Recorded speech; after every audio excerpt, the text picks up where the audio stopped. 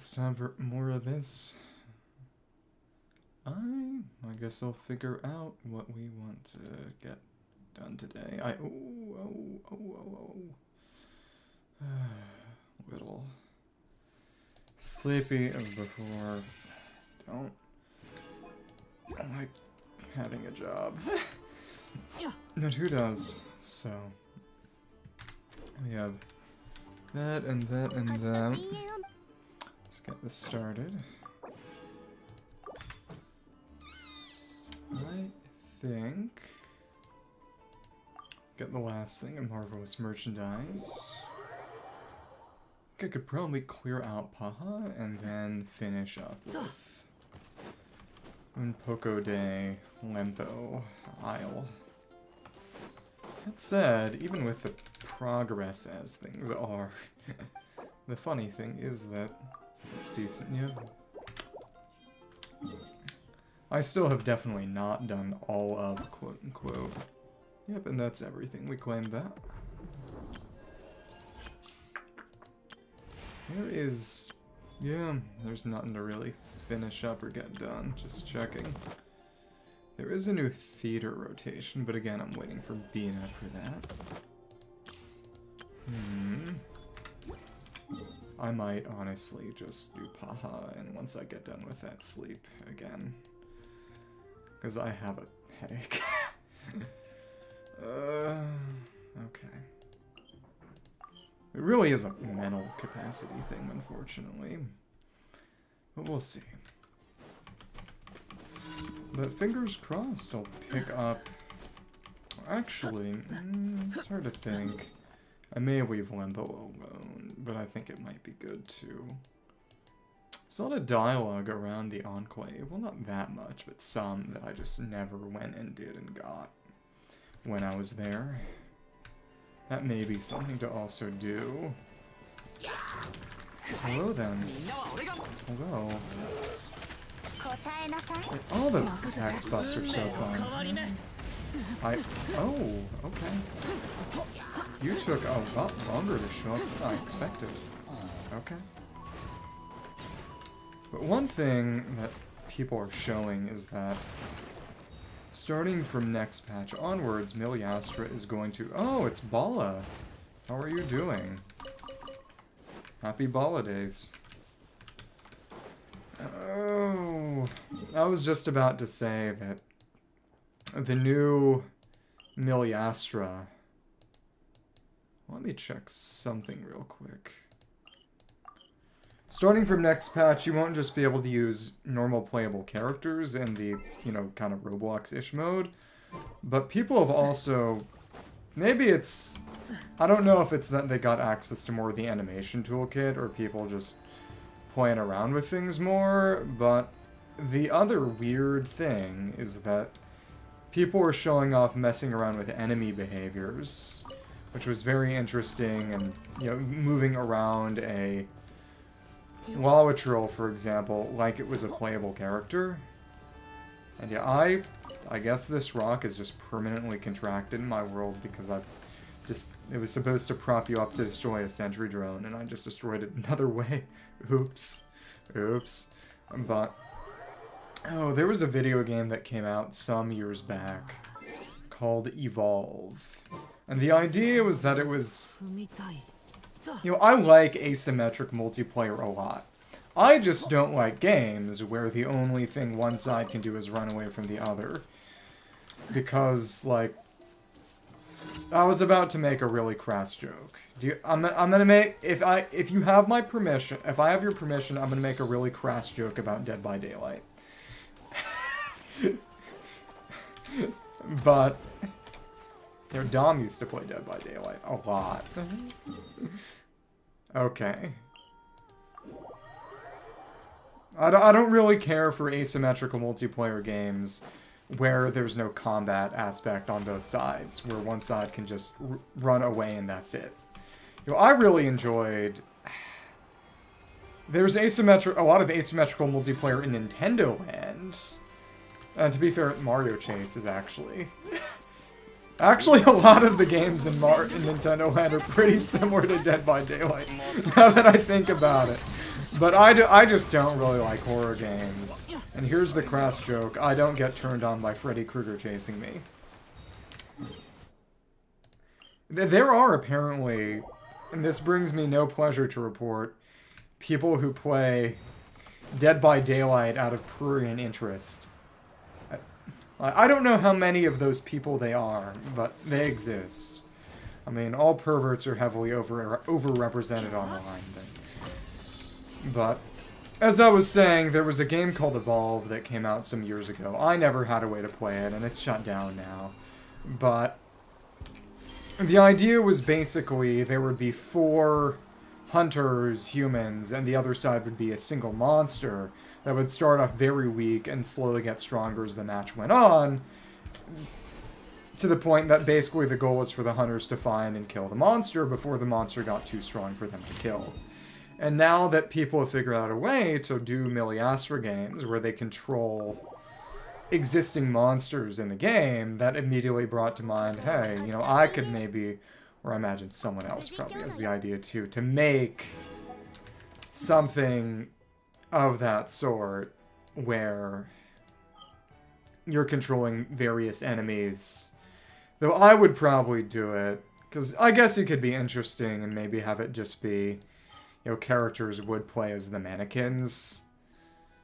You know, they're customizable characters, or maybe even playable characters, so that would be a lot harder to balance out.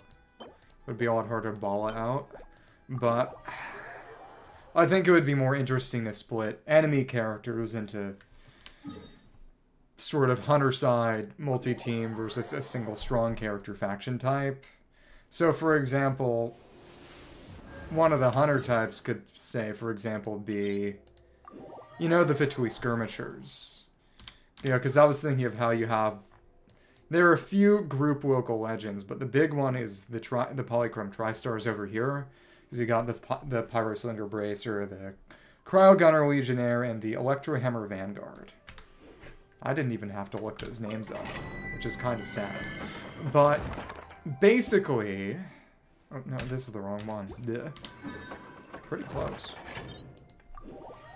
You know, you would have a team of 3 somewhat weaker, sort of mid-range enemy mobs from a faction versus one character of one enemy evolving. Like, you could have a Pyro, Cryo, and Electro Fatui, and the other player would be, you know, a Hilitrol that evolves into a Mitatrol and then into a Lawatrol, something like that. You start off as a basic Club Hilitrol, you turn into a, or maybe even just a Hilitrol without a weapon. That would be funnier. But you start off as just a Hilitrol, and then you beat up other mobs going around or something, and then, oh goodness, you turn into, say, a Stonewall Lawatrol, or an, you know, a Rock Shield Almighty-Troll, an Ice Shield Almighty-Troll, or like an Electro. Oh, what are they called? What are they called again?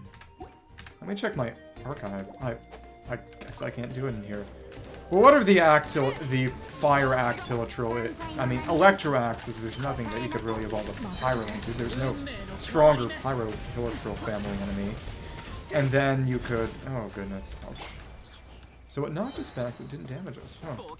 But these arrowheads are for Ineffa, actually. Ineffa's weapon, that is, which is rerunning, and I'd like to pick it up. That'd be quite fun.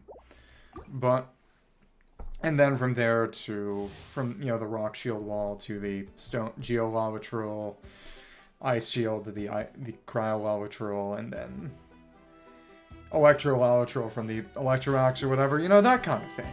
And you get stronger and stronger, but the main thing that I think is that there would have to be a way to get around, because I thought about it in the context of, you know, the Fatui enemies, and with the Fatui enemies, you know, they have the shields that make them pretty much invincible without a specific element to take them down, and you know, there would have to be some kind of way to dispatch them, which makes me think, you know, there are barrels, you know, barrels you could scatter around the environment to give a monster a way to deploy an element they don't normally have access to for the sake of breaking shields, for example.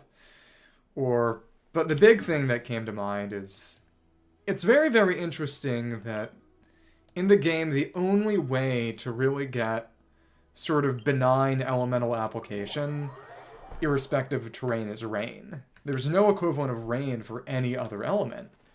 You know, because sheer cold and sheer heat are, I suppose, some of the closer equivalents, but they don't notably apply the actual element in and of themselves.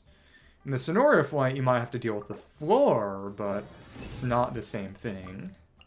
You know, that'll apply stuff to you, but that's not the same thing. And let me see, we have to make that many. It's 4 and, let me see, 24. We get another? Yeah, we do have enough, but the dumb thing is that we need exactly one more, because I made too many. You know what? I'll need more arrowheads one day, probably. That's okay. I don't need to be that cost-effective. But the one thing that also came to mind is that in that original game, because I thought, oh, you know, there was that one game I never got to play. Every single monster was a 3 evolutionary stage. But, of course, mobs in this game don't really work like that because they're based on this game. You know, you'd be retrofitting. Well, that was embarrassing.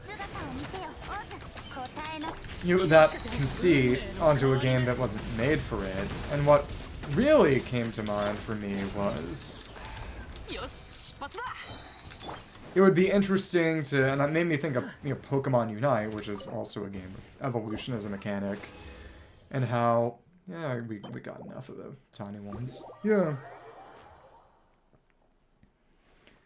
It's cool how, you know, with all the books, it's teachings, philosophies. Oh, goodness. Come on. Teachings, guide, philosophies, and then all the items have something slightly different, representing some kind of progression. I especially like how the arrowheads go from terror to hesitance to resolve to splendor. And, you know, the final one isn't even one about emotion. It's more just, you know, the result of the emotion. That should be enough for Ineffa, so it... What's the last? We can always use more Mora. That's right. Oh. So on the lines of, you know, the weaker you start out as, the stronger revolution could be. You know, for example, you know, Hilitril already starts out with some decent Hilitril would already start with some level of offensive ability. The big thing is movement, because in that Evolve game, you started off as a monster just running away. You know, you were being pursued. You were not, let me see, able to fight back. And again, the idea, I suppose, would be the weaker you start off as, the stronger you can get eventually. The stronger you want to eventually get, the more evolutionary stages you would have to go through. And the weaker that the initial elemental stages would be. You know, because, for example, you could start off as a Hilitril and then turn into a Mitatril and a Lawatril, and that's what I was thinking. Which would go from, you know, weak but not helpless, you know, being able to do that club leap to get away from enemies if needed, for example, to turning into a Mitatril, which is marginally stronger, not crazy, but, you know, better. And then capping off at a Lawatril, which is strong but not crazy, to, you know, say you start off as a slime. And then the next thing you turn into is just a large slime, which isn't probably as maybe even weaker than that Hilitril. But then from there, and what I thought, you know, not just flexibility, but also... Okay. Not just total strength, but flexibility, because, you know, Hilitril, I guess, you could turn into 3 kinds of Hilitril, and then maybe, and from there, 1 kind of Lawatril each. But, I mean, Mitatril and then Lawatril. But what really came to mind for me was... Oh wow, that's a Celtic name. I didn't know they had Celts in Nod-Krai. Well, I haven't really gone around Nasha Town, that's right. Bleh. Let me see. So we'll be going down here. Also, for what it's worth, Spit with the type. There's an achievement that I've never got on this boss, because I've never beaten it with having to break its shield twice. Because there's an achievement for breaking its shield twice and then beating it. I've only ever fought it breaking the shield once or not at all. Yeah. Because I do have enough damage output to kill this thing without proccing the shield, even using a team of Pyro on it to trigger the overheat at least. But the main thing, as I was saying before, and Lempo really is big compared to the rest. I wasn't even really thinking about that. I kind of want to solve the bot puzzle, even if I'm not going to do much of Lempo today. But, you know, something along the lines of also kind of how bug Pokemon evolve earlier, but in earlier games were weaker. And then when they make bug Pokemon better, they made bug Pokemon that took longer to evolve, like Volcarona or Scolipede or Leavanny, which, well, isn't that strong, but you know what I mean. But, oh. So I was thinking, you know, how would I fit everything into a 3-line, but not everything would need to be. You know, I know that not all mobs are Milliastra. I haven't tried to make anything in Milliastra yet, frankly, but something along the lines of, oh, I guess the Convergent would also be interesting, because presumably every single fungus would evolve into the Terra Shroom at the end, if that was a thing. And then, but the big thing I thought was, you know, something like, if weekly bosses get added to Milliastra eventually for people to play around with. Because I do know there are some bosses, because people have used the Kanki and the Tyrant for a bunch of things. Something like, for a weekly boss, it could take like 6 evolutionary stages.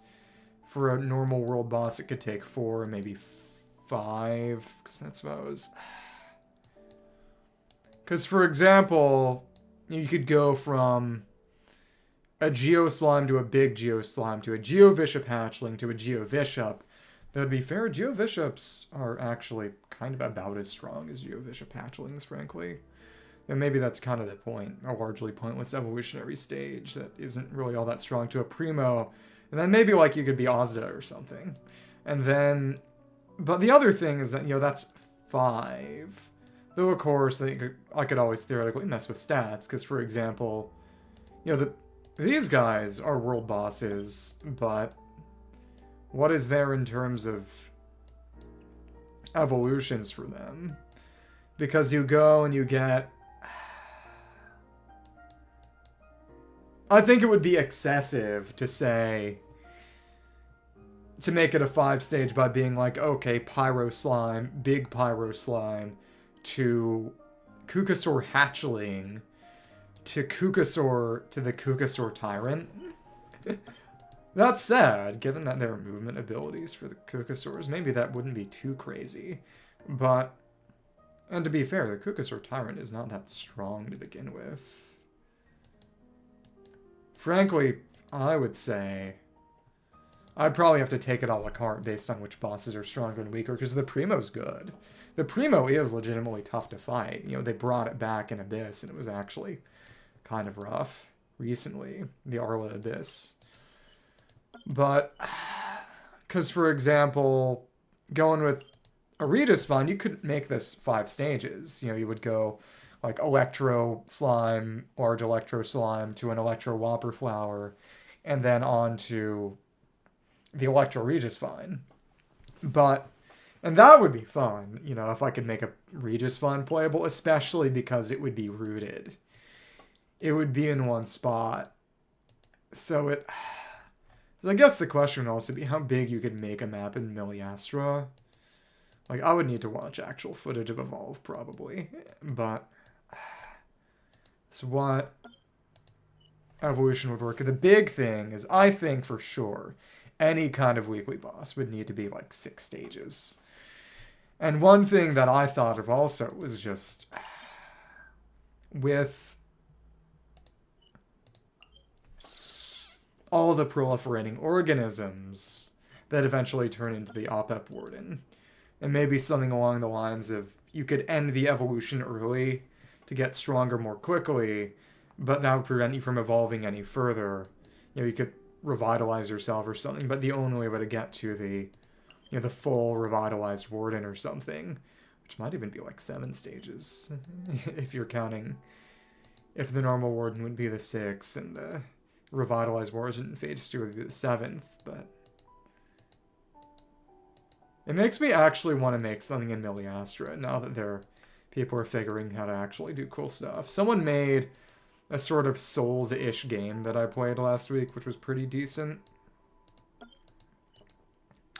But yeah, I was saying, with the Consecrated Beast, for example, there's no way to make it 3 stages, because it's just Scorpion, Flying Serpent, Tiger, Crocodile, or Vulture, and then just the Consecrated Beast version. There's nothing in between or after that or before that, really. But I guess it could be a matter of course, you know, the fewer stages you have, the weaker you are in the final stage, but the faster you can get to that final stage and the stronger you start out as initially. That said, a lot of the animals are, you know, they're not even enemies, they're just animals. So I guess it'd probably have to be a bug Pokemon thing where they'd evolve quickly, but not all that powerfully. I don't know.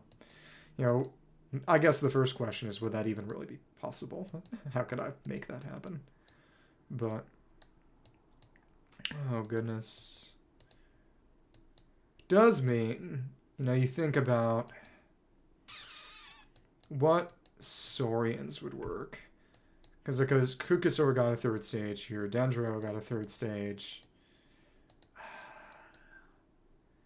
And for Tatagosaur, it'd probably be the peak, which would change its element, which is interesting for Ectomosaur, presumably Fallen Dawnstar, but Teposaur and Kaholosaur wouldn't have anything, I guess. Or maybe you just have to make them stronger on their own or something. Like a 2-stage with Consecrated or something. I don't know. Because I was, you know, thinking in that context, of course, you also... Because when I was first thinking, I was thinking, okay, how are you going to make, say, the Oceanid work?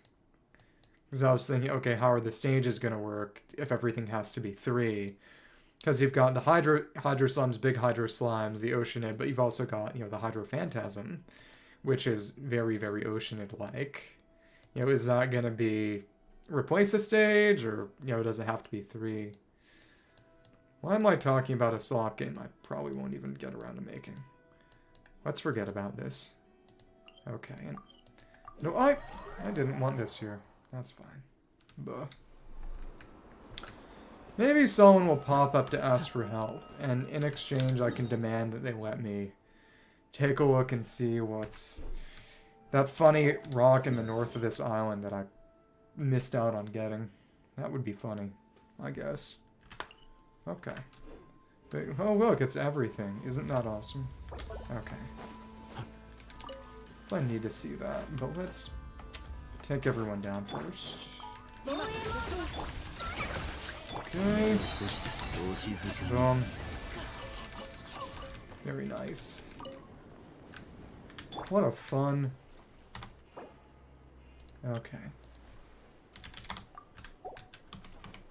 It seems there may be someone from whom I can extract a favor. That's exciting. Okay. And... there we go. You know, I will say... it is a little anticlimactic, given how strong I am with these signatures and teams. But given how much more employed I am now than I used to be, I think it's okay that things go a little quickly. Okay. So, I go up top this way in this lower side, which will also take us to the Landrover, which I think would be a good opportunity to get that achievement. Yesterday I also went up on those big floating rocks, which didn't have anything substantial, but they did put plants on some of them, which it was very interesting, because this one was really annoying to get to, but there were plants even on some of the tinier rocks floating up above. I'll also give a really nice view of the northern area that we're going to get in a couple of days. But that rock, that one over there, it wasn't that tough to get to, but there was nothing on that one. It's weird how they made that decision, I guess.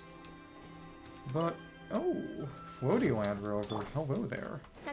How about you get down here, somewhere where I can hit you? Ugh. This is unpleasant. I guess I need to actually use that burst. Stupid, stupid, stupid. Okay. Well, alright. I think we have to just hit you normally. That was kind of bizarre. Okay. Well, when someone comes in to actually substantially ask for help, then we'll help them. But I'm not a mind reader. Even when I should be. Even when I could be. Well, that was something. I guess we'll use this. That was something. Yeah, when I miss the lunar charge. Ino really does feel win. It is going to be nice, though a little sad to take her out to pasture and just replace her with Mina. Especially since I just never got any Inocons past C1. Makes it rough. You know, don't have that extra application that doesn't care about range. I don't have that. Free energy on E-hit.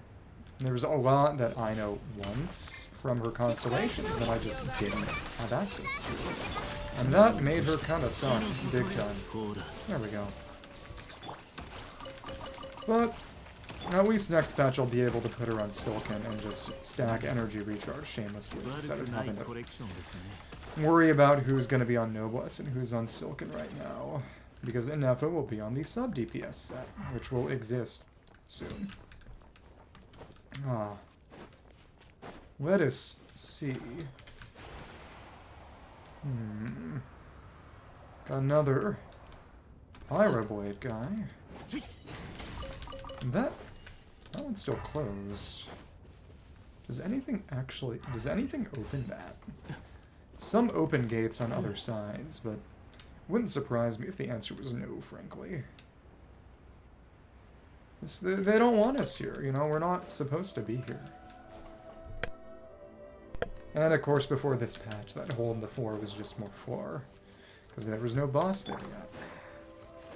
Hello, then. It is kind of wild that it took them so long to add new enemies, especially in light of the fact that that meant adding 2 bosses to the initial Nod-Krai area instead of 1. As they've done. They added Eon Blight, they added to initial Sumeru. They added, which was interesting, because they added it with the desert patch, but not in the desert. Added it to the already extant jungle. They added the Tulpa to Fontaine 5.0 area, which was also interesting, because that patch also had the addition to the tower area. My tower's gone forever. Well, it's sunken, that's what it is. And in Notlan, they added the Spirit Speaker to the 5.2 area, and this to the 5.0 area, eventually. And they also, but, you know, for those, they added caves in already existing parts, but this, they added a brand new island. That's what's funky. What that makes me think of is the fact that in 1.1 was when they added the Golden House. I never saw it myself, but the border was more like this beforehand. I never also saw Dragon Spineless.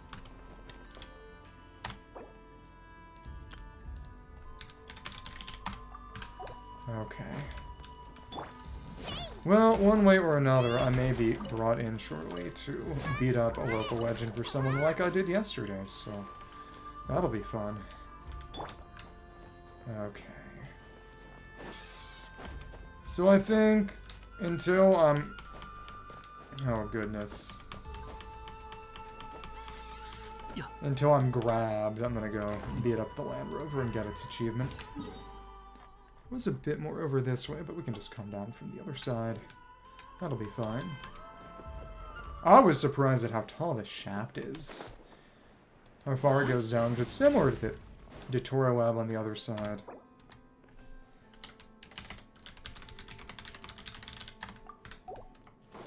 No, it's, I don't want to be mean. But I feel inclined to make a rule of no chat one. If you want to chat, you gotta use the chat. I don't know. It's not that tough. It's about even-handedness. But the best way to do that would be some kind of mono pyro team, wouldn't it? Wouldn't it? Durin and Linear Sun. Yeah, but there's no... Yeah, official would be that there. Winnie comes back. Is that crazy or what? To be fair, I think I'd probably want to use Chevy so I don't have to play Circle Impact. See how this goes.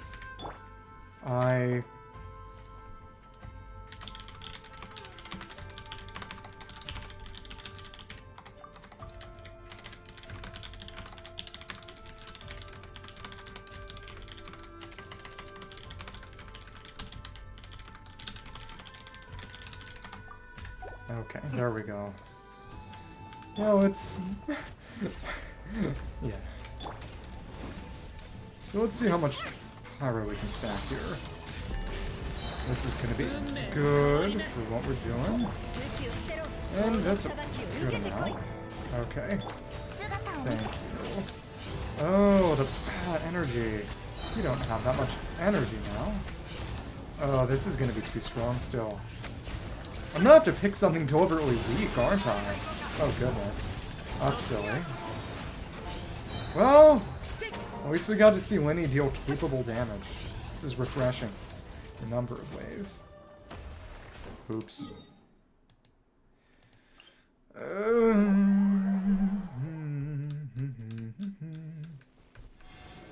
It's... Am I just gonna need to Pyros... I may as well just use the team I was already using with Veni Pyro Swirl to just stack up pyro hits. That's fine. And just nothing else. Just the only concern. You know, no Bennett buff. I don't want to deal damage. I just want to stack up pyro. You know, in that case, if I'm just trying to stack things up, honestly, well, that was really, really annoying. Okay, that's fine. Yeah, I'm pulling for Bina. I don't know whether I'll do it on Friday or later on the weekend. I think I'll try to do it on Friday so I can start collecting your materials as early as possible, because they're going to be really annoying to get, but other than that, that's unpleasant. Please absorb the element. That really, really sucked. What am I gonna have to do? Right, but I'm employed. And I'd like to do it live for posterity.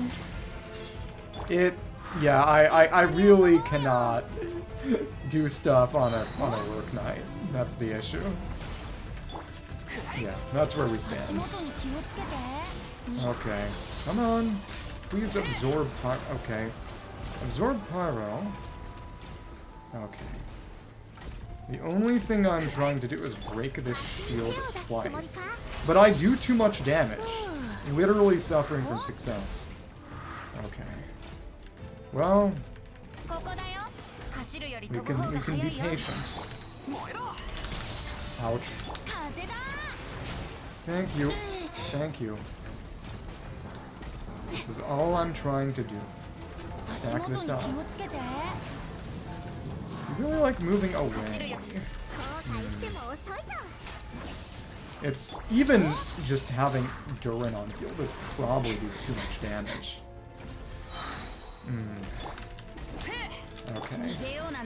Maybe I could take multiple infusions or something, but still. Okay.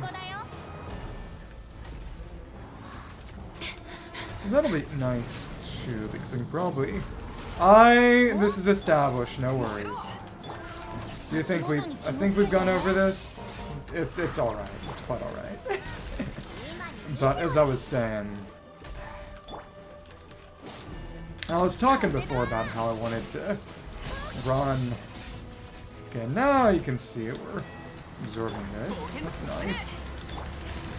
Just gotta break this down a few times. Just gotta empty that, and yeah, there we go. And the only thing I want to do is proc and pop that shield 2 times. Okay. So, we're all good. Apparently, some of the buzzsaw hits cannot be iframed specifically, which is interesting. So now we can get that ready. Cool. For what it's worth, since Bennett applies 2 gauge units with his E, that is probably the best way to be doing that. Because it's not just based on every pyro hit you deal, it's based on the units of pyro you apply as well. It's interesting and a little finicky. Oh! That's some AoE too. World's silliest. Okay. Thanks.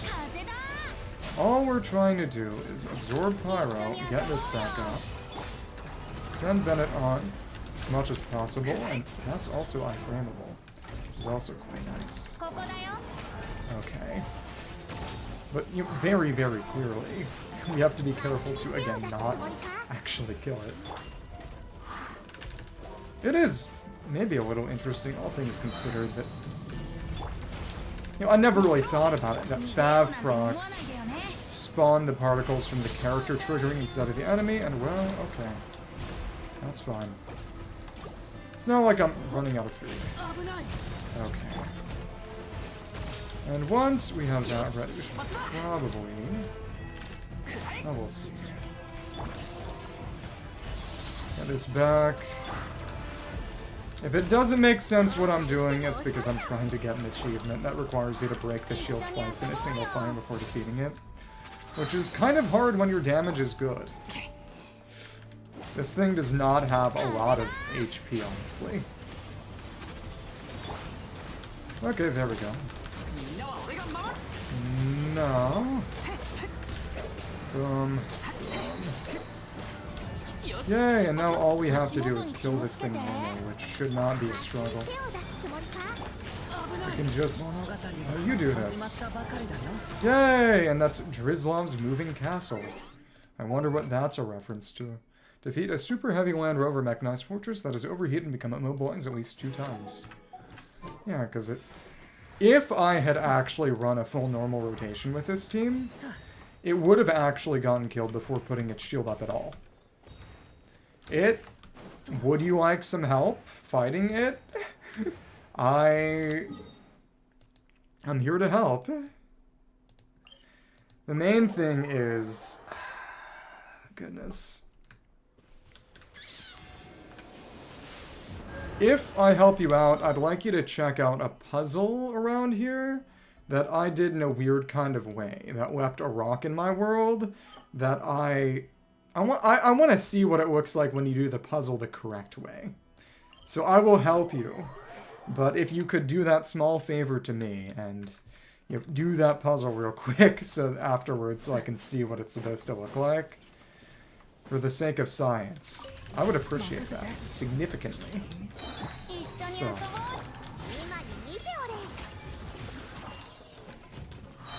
Yeah. Yeah, exactly. If you want, you can call in the cavalry.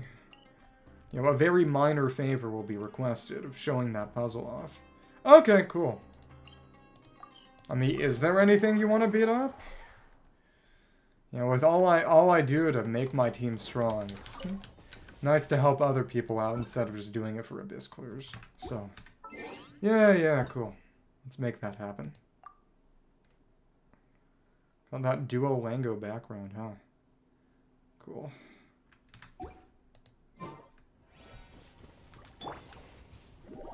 Co-op game is loading. Okay, so... I don't think they're gonna... Oh, well, guess we're gonna have to make a run for it. Oh, well. I was gonna say let's teleport there, but teleport is not there. Oop. Is this the legendary DPS Farazan? It may be. It's not that strong. That's fine. Come on. Okay. One of these days, I should actually try giving Farazan DPS artifacts and running Farazan as a DPS. That would be fun.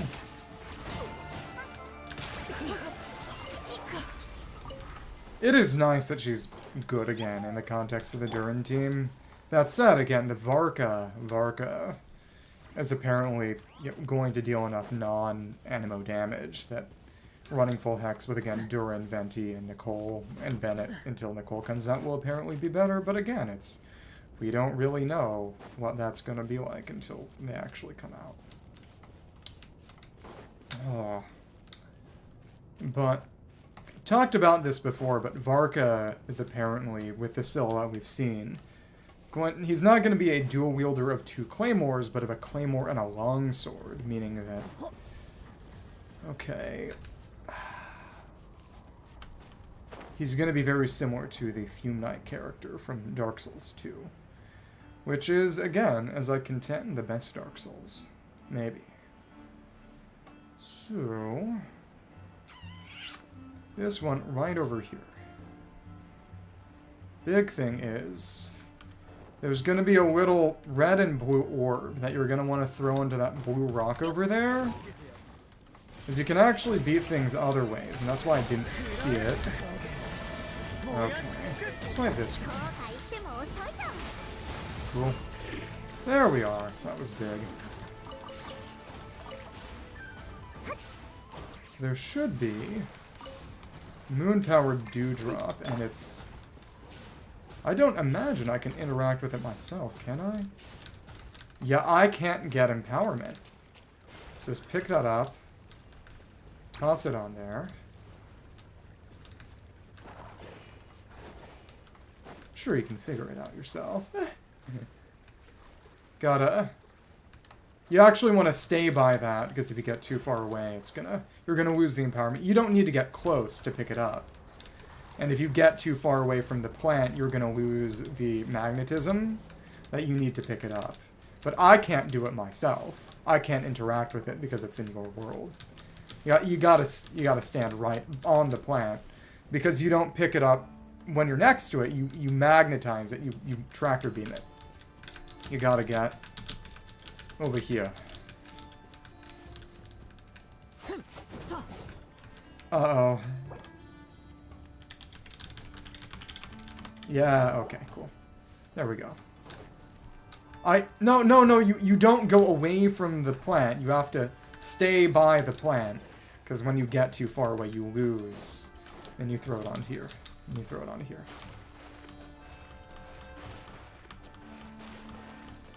Yeah. Just like that. Oh, okay. Yeah, and now, as you can see, once you're empowered, you can jump... Actually, oh. And I didn't know it'd work like that. It just pulls it down to Earth. Okay, that's cool to see. Yeah, the way I did it is, you can also just do the jump by turning into a spirit. And just, if you hit the top while you're empowered, it just breaks it. You don't need to pull it down. It's just easier that way in the intended solution I pose. But yeah, now what you do is you just point your cursor at the red light on the top of it, and you can just tap the button and it shatters.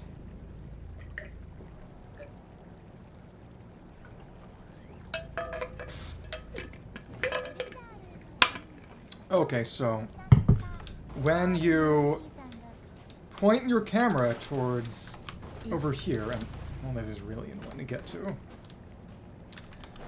it will show the little magnetism icon on top of the little robot, and then you can just break it. It just breaks. And then a chest will spawn, and if you like treasure, you should probably do that. Just my recommendation. Ouch. You might, yeah, you might want to put that dewdrop down, actually. Because while you have that droplet up, it's taking up your magnetism. Your magnetism is being occupied carrying it, instead of... If you get far away enough from the plant, you'll drop it. You don't need to pick it up again. You just want to stand by the plant and use your magnetism to shatter the red light at the top. You may be able to throw it onto it. I didn't solve the puzzle this way, but that's how that is. So just, you get back over here, and again, I actually don't have any ability. If it's automatically picking up, what you should probably do is deliberately run far away from it. Run far away so you aren't automatically picking up, to drop it off somewhere where it isn't going to automatically get picked up. But you don't need that droplet to shatter it. You just need normal magnetism to shatter it. So yeah, and I can't interact with it at all. So then you get close. What you might want to do is, Furina won't do anything to it. What you may want to do is if you go here and press the transformation button, you'll turn into a moon spirit. And that will allow you to carry your magnetism for a little bit farther away and drop it off at a slightly more distant location. If it's automatically getting picked up, you can go farther away and get rid of it. Well, okay, that's fine too. I guess it doesn't matter that much. I just wanted to see what would happen with the rock. No, like, you want to get as far away as possible, so that when the droplet gets... When you stop being a moon spirit, like... Okay. No, like, deliberately go all the way to, like, another plant. It's like pulling teeth.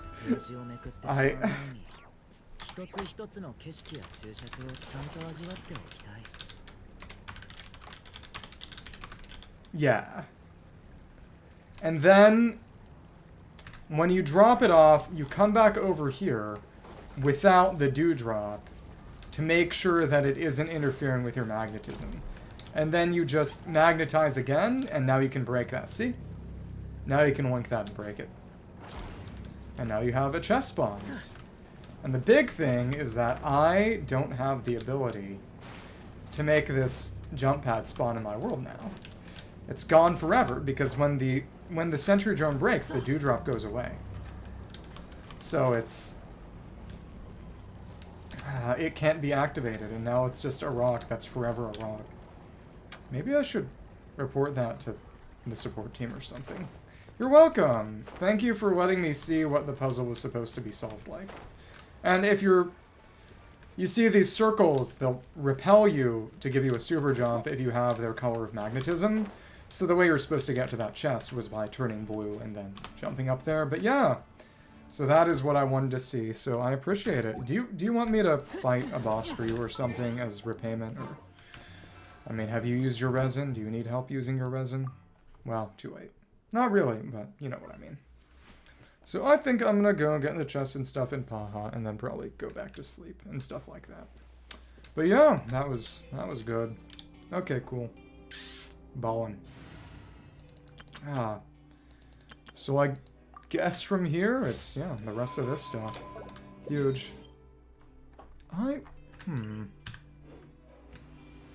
No, it is pointing to the Mora Rock as one of the flags. Interesting. So it really is showing everything. That's interesting. Boom. Yeah. Yeah, that is a clue that it picks up. That's kind of surprising. But the chest is... Huh. Oh, it's there by the Landcruisers. I may be stupid. Potentially. Yeah.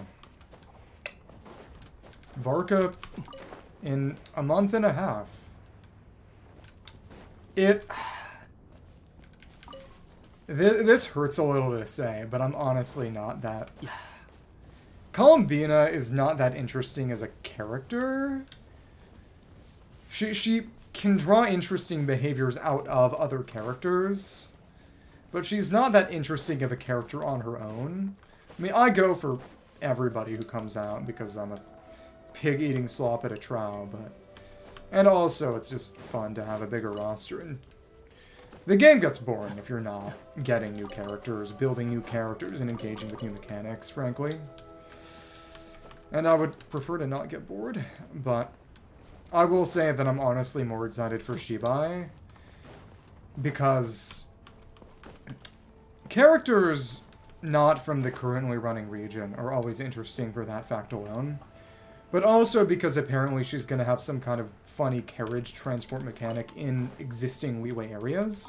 So they're not adding more parts of Liyue, but apparently they're going back and adding the ability to ride in a carriage with Shibai, if you have Shibai, to existing Liyue areas. And that's cool. That excites me.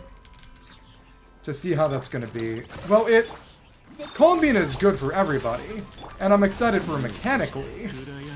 Especially since, now that people figured out that you can actually make Flynn's better than even a sustainless Neferteam, and of course he still has a shield, if you weave in Sucrose twice a rotation, instead of, as in between,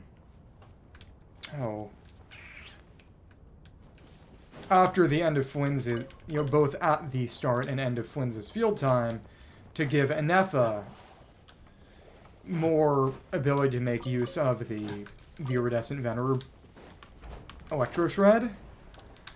That is something that has made Flynn's kind of better than Nefer. And he also has a shield, and that, even a sustainless Nefer team isn't that strong. So I'm building Columbina for Nefer, because that's the team that kind of needs more help. But the very interesting thing is that I was thinking that Sandrone would be a lunar crystallized DPS for support. When Jibai's kit details first dropped, I thought, oh, she's going to be Jibai's support, but Illuga is taking that place as a 4-star. Oh, thank you, Dreadfang, TTV. I imagine that stands for Twitch TV. How are you doing? I'm clearing out a bit of Paha in anticipation of Bina in a couple of days. Nice to meet you. Appreciate it. Standing on that ledge, let's make sure drops don't drop. Oh, hello. Maybe I should have put down... I know, but that's fine too. For whatever reason, I didn't think they would get involved in the fight. That was very silly of me. It is interesting how much of the damage she deals is just tied to the additional Winter Charge hit, which is very in line with how Nod-Krai characters have worked, just in general, but still. So this is how we got up during the Archon quest. From this day forth, this facility's operation shall be temporarily suspended. The time of its reopening will be announced separately. Transport routes have been rerouted to the South Harbor. Those entering the Design Bureau should proceed via the South Harbor. Okay. If I were to climb up this way, and again, this is how we got in during the Archon quest, is there anything in particular I'd be able to see or find? Oh, but as I was saying, when Ineffa's kit was first leaked, people saw the multiplier for Ineffa Brigida's little second hit and thought it was going to deal as much damage as the first one, and therefore not much. People were thinking most of her damage was going to come from Lunar Charge itself, the reaction. In the actual reaction ticks instead of the way it turned out, which was, of course, well, can't get up there directly. Oops. Oops. Of course, the extra hit, because, of course, since its direct reaction damage, it isn't affected by defense. It's just affected by resistance. So even though the multiplier is...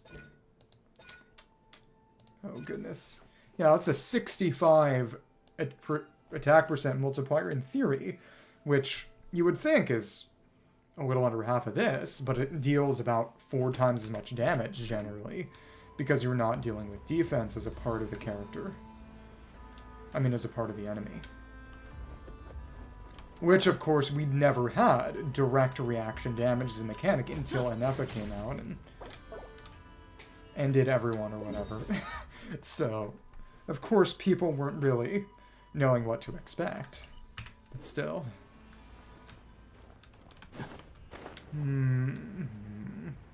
See that down there, and again, is this one going to open up? I don't know. I think we should probably... We're gonna raid the actual... facility portion now. Should start from this side. We'll see how this goes. Ballin'. Let's use a real team. Yeah. All we want to do is actually rock this. Big, that hurt a little bit. Okay. And that's open. I guess we're gonna have to do a whole second wave. That's fine, I guess. We got you in here, and sure. I think we can just do one hit. We're not as strong as a Landcruiser. Especially if we crit, of course. Cool. I fought those enemies before for their materials, but I did not open that chest. I wonder if they're going to spawn back in now. And also, there was not a side path here. There was one in the... Well, what Archon quests are there? Are they? The answer is yes, but which ones? Curious. The Archon quest, there was a side path to get around that, but it's not relevant here, because you can just actually fight instead of having to worry about stealth. Actually, yeah, there's this pipe, because the terrain is largely unchanged, but I think it's a little different. See this card? Ah, okay. We can open that. Not that it mattered much, because we could have always just... The gate itself is not climbable, but of course you can always just climb the side pillars. So it's, you know, what are you doing? Still. Okay. Here we are. Yeah, nothing around. That's cool. And of course we do the funny thing where we grab the ID card from inside the crate. That will not protect you. Small cargo crate. Safe stowage. Was it storage? Yeah, it's stowage, not storage. Makes it sound like I'm doing Ulu. I don't like that. Not one and... Oh, okay. So did you skip straight to Nod-Krai, or... I didn't know they let you skip Simeru for Fontaine. Or is that something else? Still. Okay, how many... Okay, so these ones... Okay, they're not enemies at all. That disappoints me. That really disappoints me. Oh, no, this... I bet that activates... Oh! It's a luxurious chest, and we have to actually start that gauntlet ourselves. Oh, that's fun. I'm definitely going to do that. I'm definitely going to do that. Here's a record disc, which is not showing up on the treasure chest compass. Huh. Interesting. Let's pick this up then.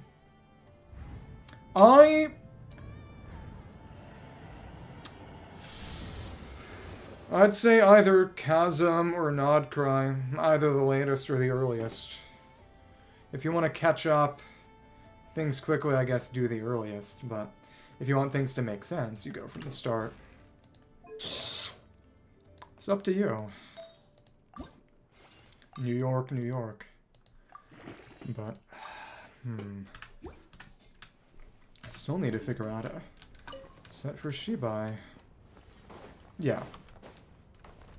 My personal recommendation. Osusume Nakoto, or whatever. I don't think that was particularly good Japanese. So now we can fight them. Weapon Performance Test Phase 1 Aerial Firepower Test. The flying ones. So they're gonna come at us in waves, clearly. Okay. Thank you, and... you have to get in here. Ugh. They're taking a lot more punishment than I expected. Comprehensive ground test. Oh, and then the last one's gonna be all types together, I imagine. So it's 2, 2, and 4, I think. Probably. Let's pick this. Okay, we get a little stronger. Okay. Neither of them put down any of the shields. Oh, testing concluded, data retrieved. Wait, that wasn't even all of them. Huh? Interesting. Oh. So what's gonna happen if we activate it again? Maybe they'll ambush us on the way back? I don't know. If it wasn't Japanese, then what was it? Wapanese? Hoppanese? Wasianese? Testing concluded, analyzing data. Huh. Huh.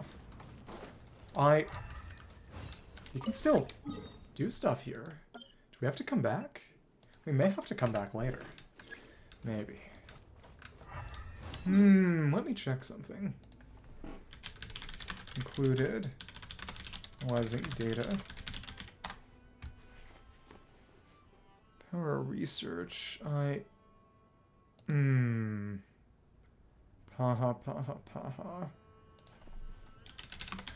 South Harbor, maybe. Let me see that. Experimental Design Bureau.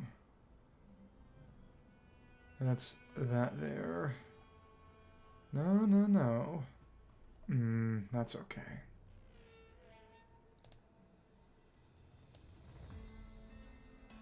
What are you getting so angry about? What did I do? But yeah, get the impression we want to come back here. Okay.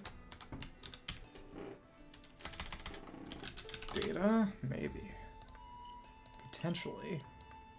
Yeah! You're welcome. Happy to help. Nod-Krai, that's Sentry Bot. You know what? Let's do a bug report. Something like that. While we're here. I want to open it up in the browser. Come on. But for a second it was Chinese. Okay. And that's right. One of them is a purveyor of punishment. That's funny. Okay.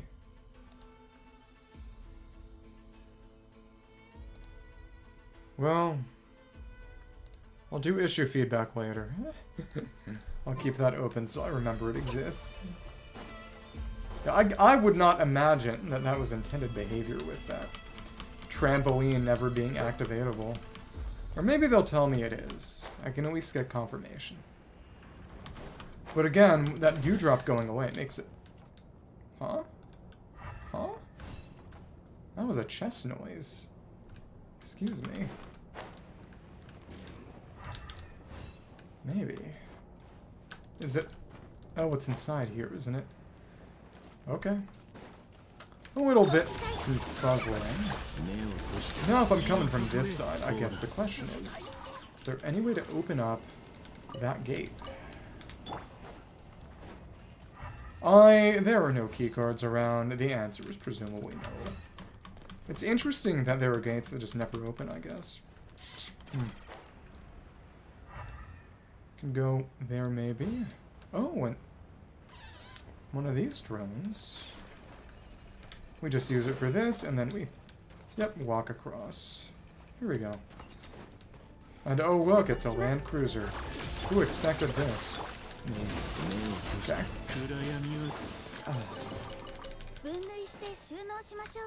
And there is, of course, this route beneath, which is, again, primarily relevant in the context of sneaking around the Archon quest, but oh, and there was more chest.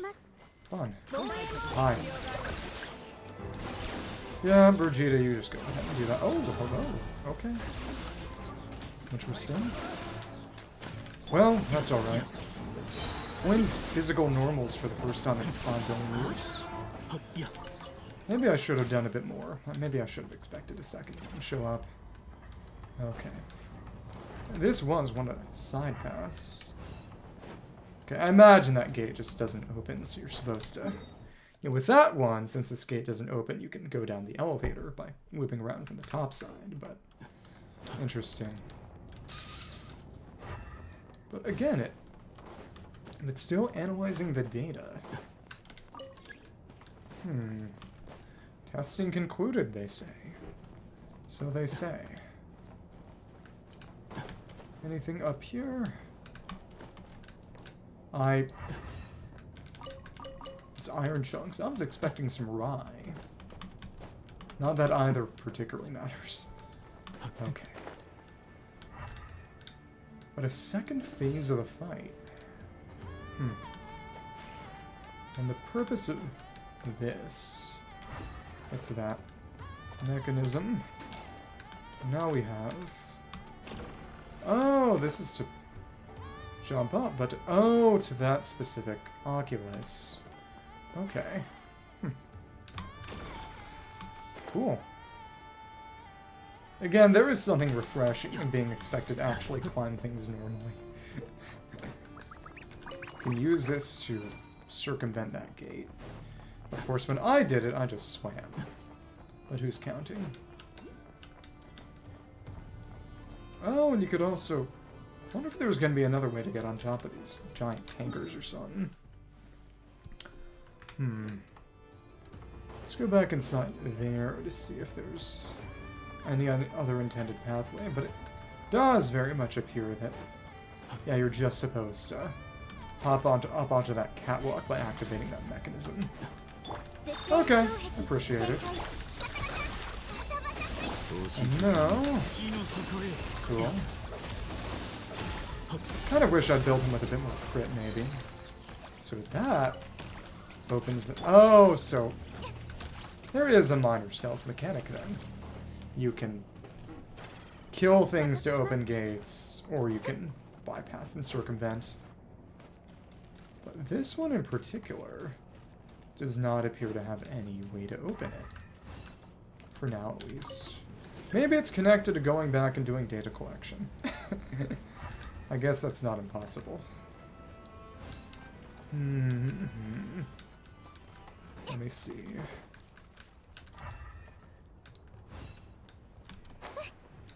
You know what might actually be nice? You can do multiplayer on Stygian up to hard, I think. Which is the last difficulty with...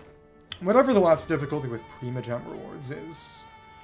If you needed help with Stygian, you can do some Stygian in multiplayer. I've never done that because I'm prideful and I've never needed that. And I hate people and I'm mean. I'm cruel. My soul is cold. It's corrupt. But enough about that. But if you needed help with Stygian, that may be a good way to repay the favor. I can't be indebted to people. I can't owe anyone anything. Okay. Yeah, these three big legs, which again, they're only connected to these cables.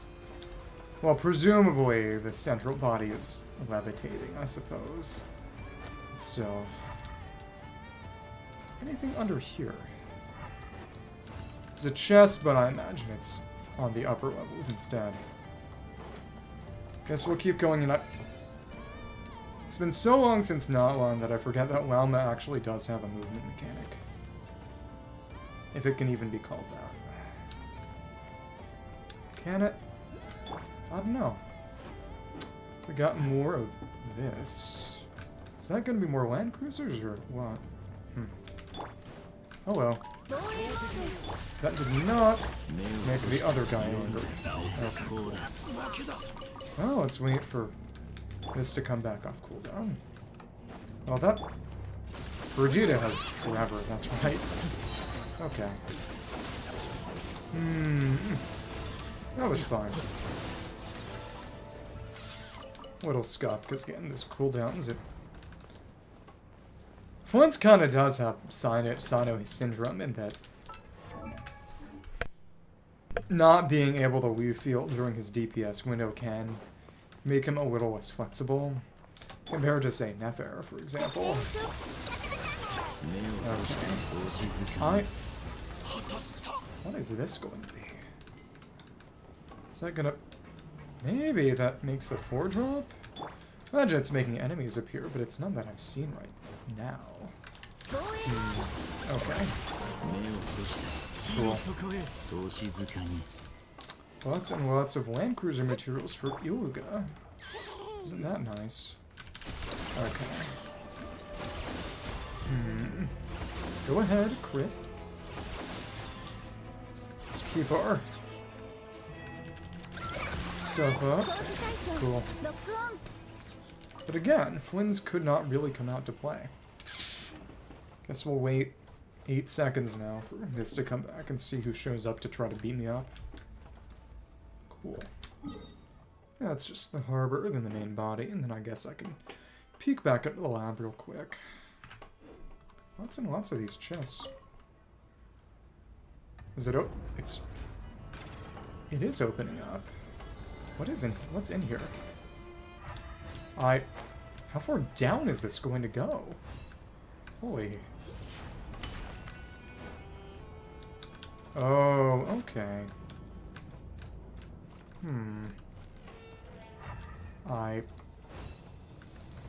Cutting edge fire support ground effect. Landcruiser LE05 VB. This one is probably going to activate next, so let's try to get it into a position where we can, use the second half of the rotation and have to worry about losing winter charge or something.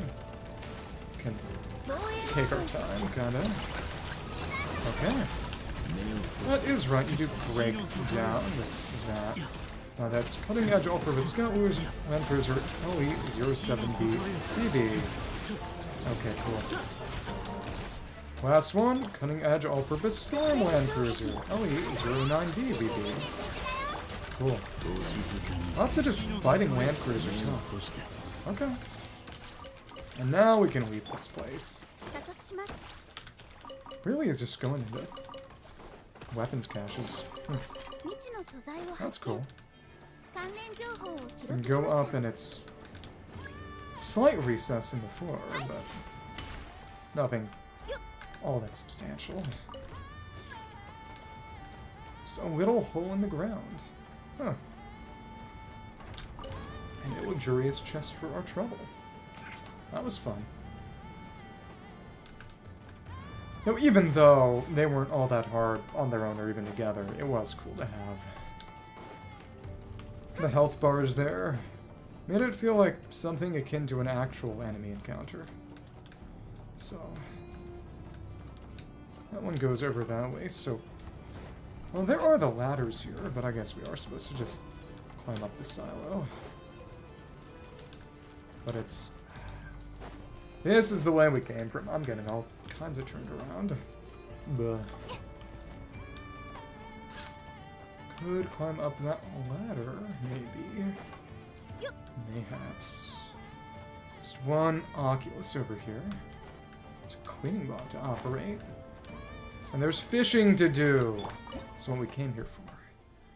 Moon Power Experimental Design Bureau, Southeastern Shore. Though unregistered with Nod-Krai Fishing Association, this fishing point is partly famous among local anglers. Located southeast of Moon Power Experimental Design Bureau, boasts abundant reserves of fish. Rumor has it that some Fatui agents even come here to fish during their time off. Okay.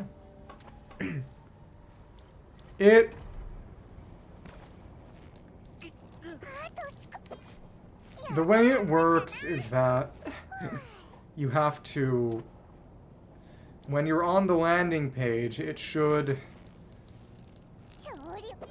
have a list of rules, and at the end, there's an X you have to not click, and then a check mark that you have to click.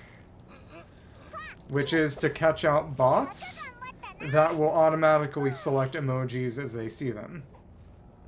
And it's worked. I have had bots that have put themselves in bot prison, which is very funny. So don't put yourself in bot prison, that's all. Unless you want that for some reason. I don't judge. So again, this is axehead fish. I guess we haven't caught any axehead fish yet, huh? Interesting. Because I know I made 200 of that in one go. Cool.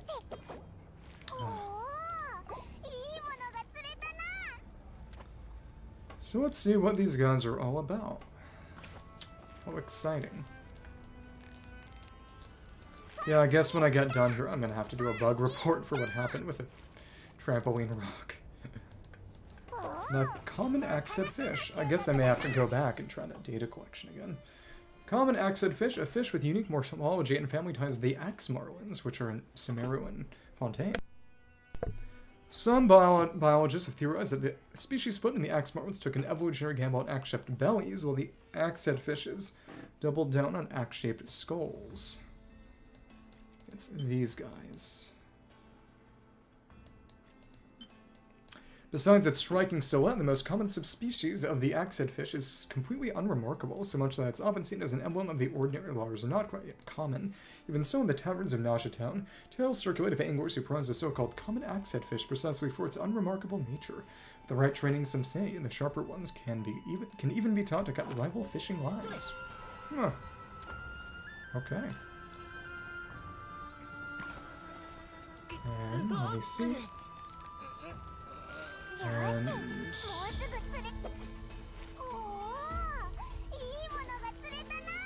see this here. I was worried for a second that it might have been a bit too close. Oh, bird.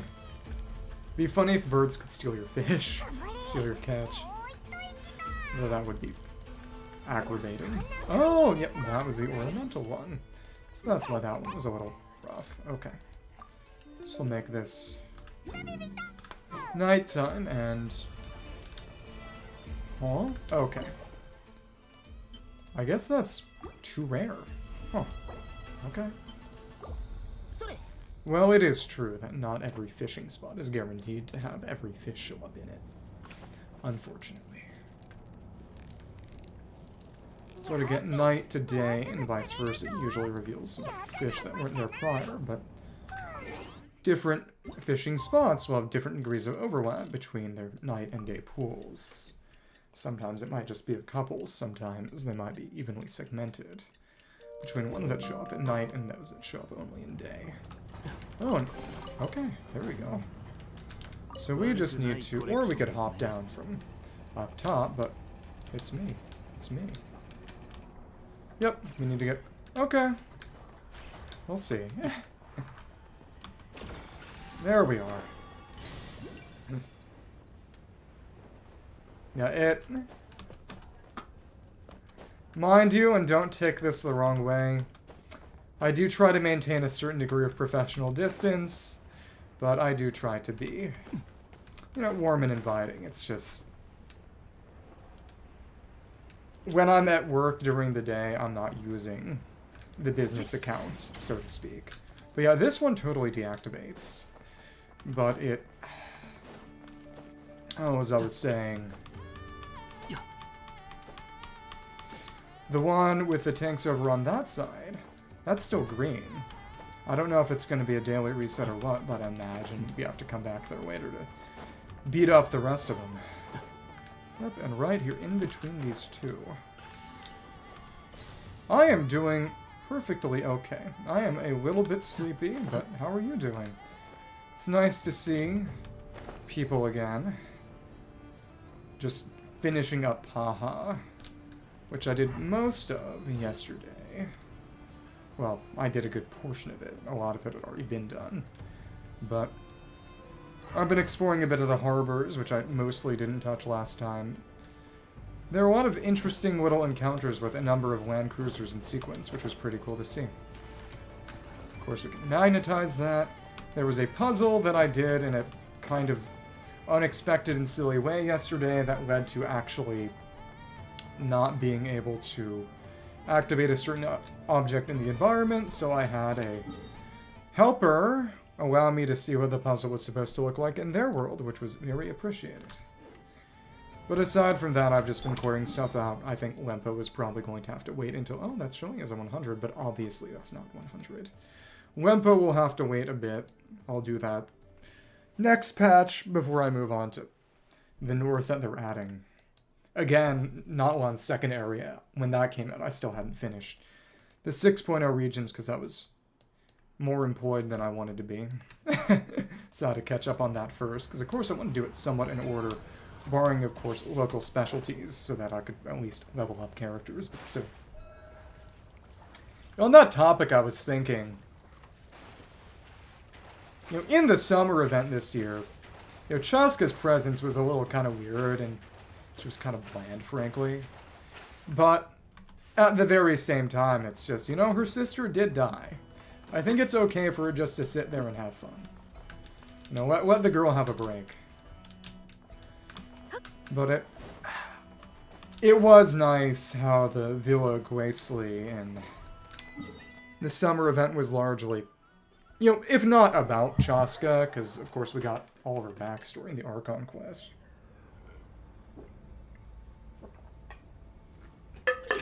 But, engaging with Chaska, the character, in a context that wasn't just her family members dying, or her tribe having internal conflict, or just general unpleasantness. Chaska getting to just, be happy. I'm doing okay. How are you? I'm a little sleepy, so I'm probably going to, like I said, clear out the rest of the chests in Paha, and then maybe resign myself, but we'll see. It's good to see you. Do you need any help with anything? Because yesterday I did a lot of helping out people in their worlds, so if that's what you want and what you need, Though, to my knowledge, you have said that you don't really play this one anymore. For better or worse. I won't judge.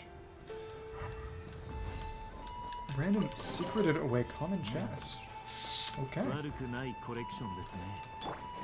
Let's just take all you down. We've got enough AoE for that.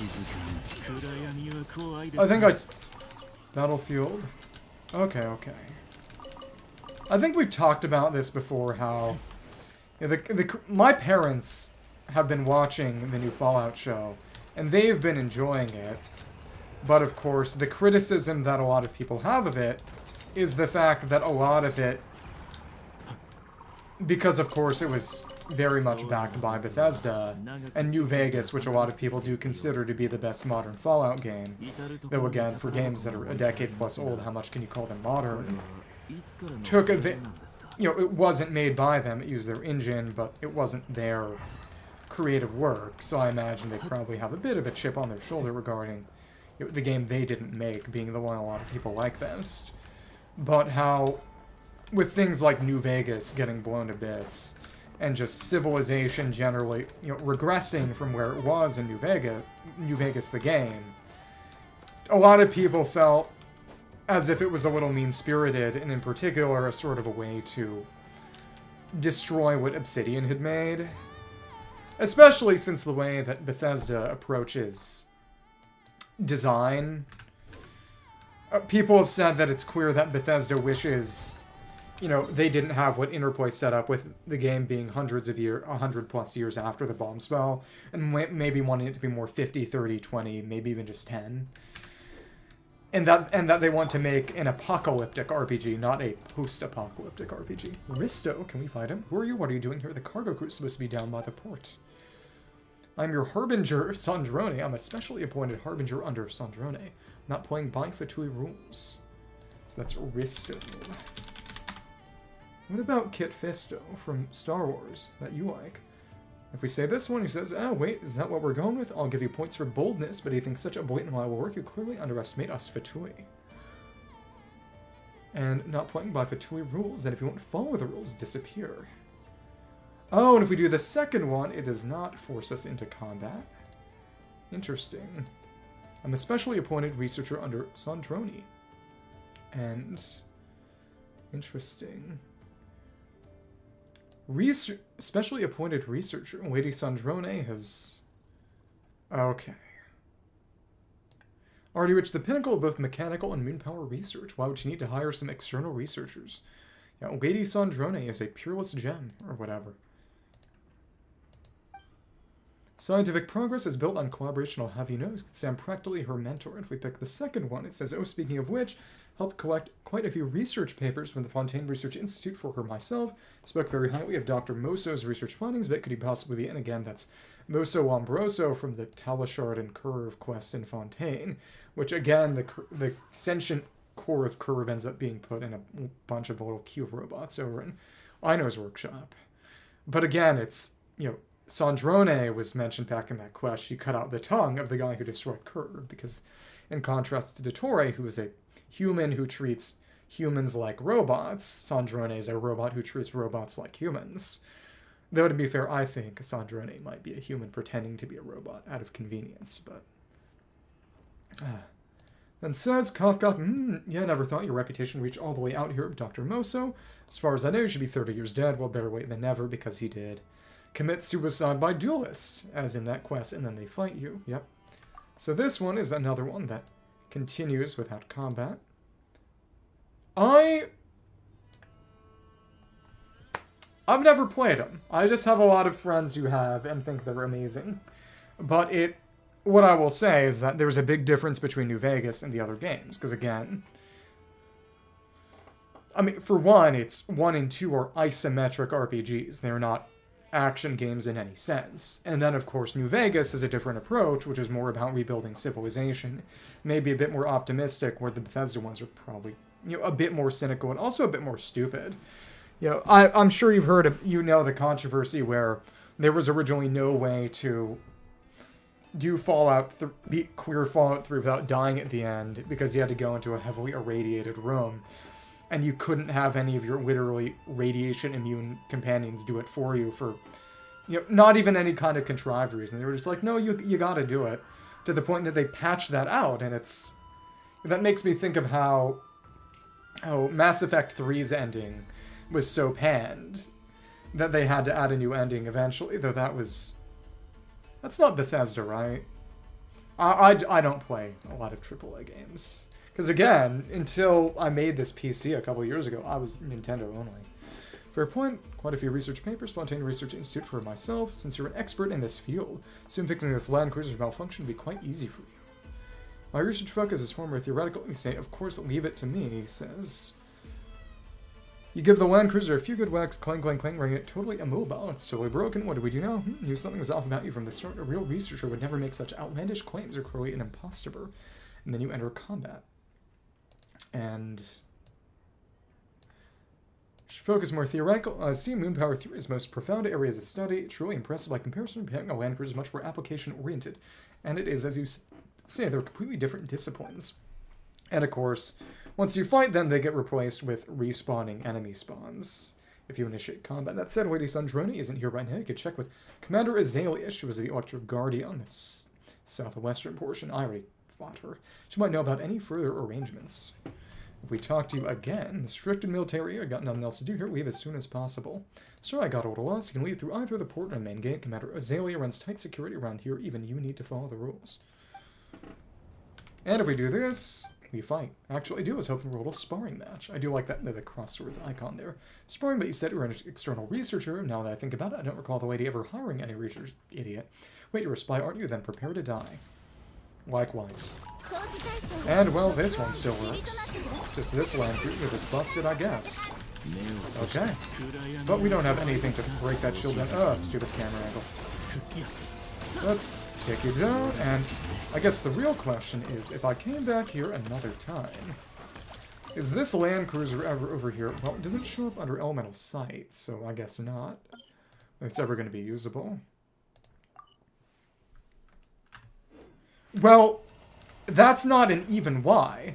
That's a lot of the reason why people like New Vegas. Because it wasn't made by Bethesda, and Obsidian's approach was entirely different. Because they hadn't... They went on to... Obsidian went on to make... They did Divinity, right? Or am I getting confused? Obsidian. Oh, they went on... How did I forget that they made the second Knights of the Old Republic? No, it was Pillars of Eternity. I mixed up Eternity and Divinity. They made Pentiment, they made Avowed, they made Outer Worlds, which apparently wasn't that good. But I didn't know Grounded existed until I read the Obsidian Wikipedia entry. Though again, you play a lot more, you know, AAA PC than me, so. But as I was saying, oh, random dude. Hello. Prizibor, Ocean Dawn crew member. These devices, I don't know what they're called, but they're so cool. Moon power truly is a miracle. Most of these devices are all lifted up by the power of the moon. Do you think in the future boats will lift up by the moon too? Then we won't need to sail them, so you need to know what it's called Kulvaki. I think it's pronounced Kulvaki. Really, you're sure you look like you know a thing or two, so I guess I'll take your word for it. So like you, I bet you have an interesting job. Violence. Not like me, all I'm cut out for is a life on the seas, but I don't want to waste my whole life away sailing the oceans. But again, it's, you know, more story-oriented compared to being more systems-oriented. Because, you know, that's part of why Bethesda games always ship so broken, but the fact that Obsidian was able to focus on making the game's story and setting interesting instead of having to focus on systems maybe might have been a little unfair to Bethesda and their strengths, but it's, again, part of why New Vegas is so beloved, because they were able to combine two different areas of expertise and not have to worry about, you know, Bethesda makes good systems, but they might not be all that creative artistically. The upside, merchant ships like ours get to see a lot of places. I'm sure to find an interesting job one day as well. Keep hoping, buddy. Might be cool, but it still comes from the Fatui. You're right, no wonder the captain's yelling at us to hurry up. As soon as we're ready, we can get out of here. Can't be easy being a Fatus these days. It's not enough to know how to fight, you gotta learn how to operate all this advanced stuff too. So do you think they give training to newcomers? Sounds like you want to join the Fatui. I wouldn't go that far. I hear their casualty rate is through the roof because I kill him. I'm not all that keen to risk my neck, I just think everything here is pretty interesting. After all, does anyone really want to be a sailor for the rest of their lives? Then again, being a sailor has its perks. You never know what sort of interesting people or things you're going to find in your next port of call. Like Fatui. And might be cool, Valky, but you know, the Fatui are shipping. Should know why the captain overhear you. Keeps drumming it as the important keeping stum when it comes to customers' affairs. To tell you the truth, I'd like to know myself, but those boxes are packed in tighter than fish in a trawler's hold. So no anyone's seeing into them. And goodbye and good luck. Good luck to you too. This place has so much interesting stuff, like those crates. Follow that track and enter the warehouse all by themselves. Nausea Town's a little similar too already, even without all. Well, it's still moon power, it's just not between moon power. So, got a line of boats going over there. That warrants further inspection. And again, if we were to go here, don't I? Oh, it's holy. That's the motherload. Okay. But they were on one flag marker on the map, so I... Wait, okay, now they're gone. I was expecting it to be just one. That was pretty crazy. It is cool that Mora is its own separate pickup type. But yeah, we fought the Azalea. She was over here, and she's not back. She went on to focus on her rap career and raising the child she had with Cardi. What is the support class? Is it medic or Twilko captain of the Never Fade Away? Hanging there, old sport. We'll get you some fresh oil once we get to the harbor. This boat looks pretty old. That's right, the Never Fade Away has been with me half a lifetime. We're gonna retire together last year, but well, even at this age, there's no rest for us. See, my daughter's getting married. In order to give her a proper ceremony, I have no choice but to take these creaking legs and put the old girl out to sea. Well, that's... Could you really call that support? The sea around here is dangerous. I know that, but I also know my old partner's got what it takes to pull through. Her cooling system might be on the brink. We're Nod-Krai. It's not exactly not one out here. So that's all my fault. Never knuckled down when I was younger. Now I'm old and realizing that time waits for no man. No matter what, I'm determined to give my daughter a proper start. Do they have a medic class? You need some help? I can ask around. Thanks for the offer, but please don't ask. These are Fatui waters. Their supplies cost a fortune. Just a can of engine oil sells for several times the going rate because Sandrone is drinking it all. Can't afford to fix her up around here. I'm on this run to make some money after all. A dozen more trips. I should be able to give my daughter a wedding to be proud of. So for the sake of keeping costs down, no choice to make life hard for my old mate. Thanks, kind youngster, but there's no need to worry. Me and the never fade away are old partners in crime. No doubt she'll pull through. This guy's gonna die somehow, I bet. Maybe after the Dottore thing. Please take care. Thank you! Thank you for popping in. Nice to see you as usual. Thank you. If you hear of any good business, please do let me know. We're not picky. That's maybe a little ominous. Let's just see what this line of boats is. See that one over there. We're on this rock. Check that out eventually or something. Oh, but I was talking before about how people have managed to make playable NPC monsters using the Miliastra framework now. I saw a video of someone controlling one of the Geolawatrills, and I was talking before about how I would really want now to make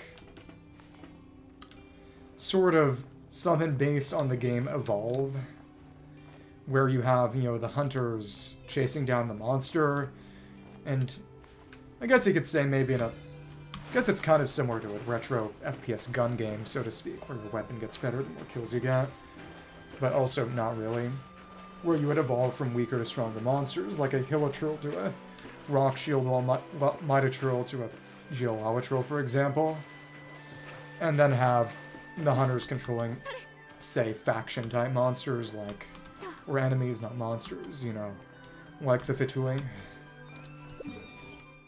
And this still counts as Paha. Okay. It's around that rock. I think we've been there before. That's the one that's close to... Well, we can try that. Well, that's close to that whale rock by Hisi, which we've already engaged with before, but still. When I am significantly less busy than I am, I really would like to actually try making a game using Miliastra. Just something fun, you know? But still, let me see. Guess we can use that stamina food. First time in forever. Rice pudding. I definitely should have just actually brought Fiorina here. That's okay.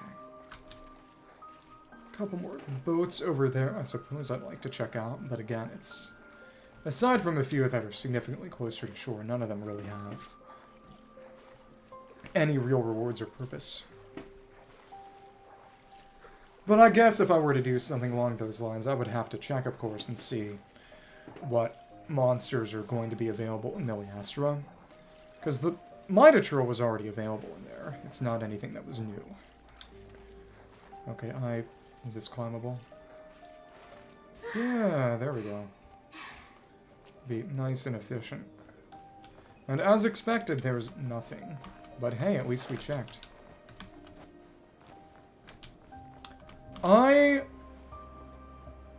Silksong DLC. Now that would be funny. You know, Silksong snubbed and then it's DLC. Wins Game of the Year. I don't remember if Shadow of the Urger even won anything in retrospect. Because I think last year it was only in the running for ongoing game, and I think it was Cyberpunk that won that in 2024, but that's technically 2 years ago now, right? That's crazy. It's been 2026 for a little over a week, but only that. Okay. I don't know if it's changed. I don't know if people were right the first time, but years ago it was said that no, this is different, right? I think this is different. Is it? Wait. Yeah. Not the original version, which is significantly less. Okay, so that was just for the... Yeah, we've been here before. Just had to check. Okay. Okay. So we'll go back here. Treasure detected nearby. Oculi marked by compass. There should be a lost oculi here. So one could mark multiple, it seems. Treasure compass's response indicates that there should be treasure here. What if it's wrong? How about that? Well, among other things on release, it was comically glitchy. And the item spawn rates were totally busted. Okay. So this is how we want to get up here, but we can't really turn around midair. So we're gonna have to get a slightly better facing angle. Okay. Here we are. Oh, this is also how we're going to open this. Open this. You just pull up the hatch. Down the hatch. Har har har. This should probably open the face up. Yep, the force field goes away when we take the treasure, because there's no purpose anymore. Yeah. Also, I guess use this to get on this boat. That boat. I'm gonna switch to Freener. Okay. Boom, boom. Love this creature and the Freener. Okay. Death animation took a second. No, again, we can feed ourselves. Exactly. When Fav buffs come, I want Amber to be meta. She was actually very good in the Stygian Ectomosaur fight, but only for breaking that shield. And of course, I still Veni Endurance. I am really going to have to clear my inventory out of artifacts soon. Because... oh, goodness. Well, this got Fiorina on it. This is fine. I'm gonna have to do a bunch of farming in Stygian, maybe even past Stygian, to get the new sub-DPS set for Ineffa Columbina. And the new Hexerai set is going to be very good for Klee, who, well, I don't have, Razor, Durin, Venti, and Varka. That's 4 characters who are going to need that set very, very soon. That's a very strong set, but it's just... I can't even farm it right now. Well, that was very stupid. I kind of forgot about refreshing things. I'm distracted by needing to use the restroom, so... maybe I should do that so I don't burst. What if I skilled instead? I'm sorry. Yeah, exactly. Well, I'm gonna go to this boat and verify and see with my own eyes that there's nothing on it first. I think I can not pee in that much time. Yeah.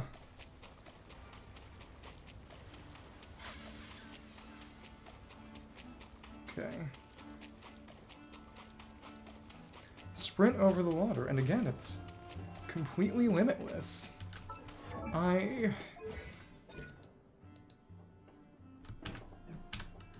It is kind of interesting that the water walking is in the skill description instead of listed as a passive.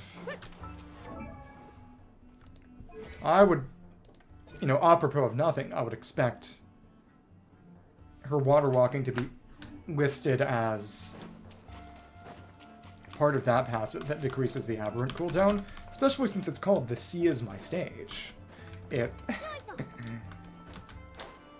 She can walk on water, because the sea is her stage. But that's not how they did that. You know what? This was so nothing. I'm gonna kill this bird out of spite. Okay. Stupid. I hate you. Die.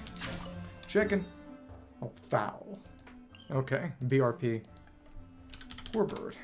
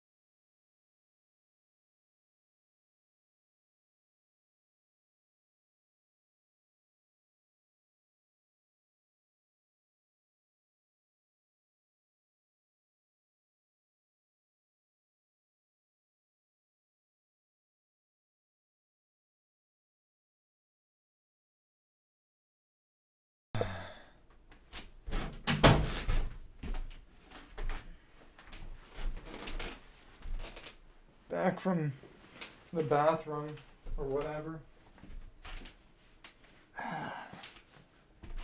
Putting my jacket back on. It's cold. Thank you. Bimbo. Bala.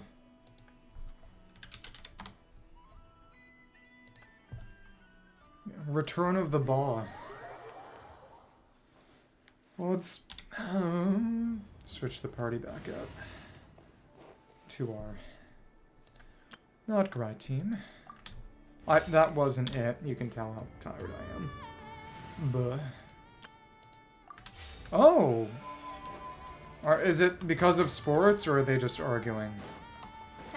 Oh, okay.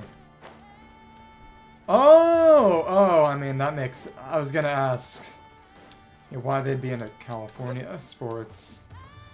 That's interesting. I wouldn't have expected that, though, you know, I know why. Okay, we're gonna have to use that to magnetize and attract. Huh? Wait. Huh? Oh, no, we just pushed that out of the way. And... okay, we can't get up to open that one.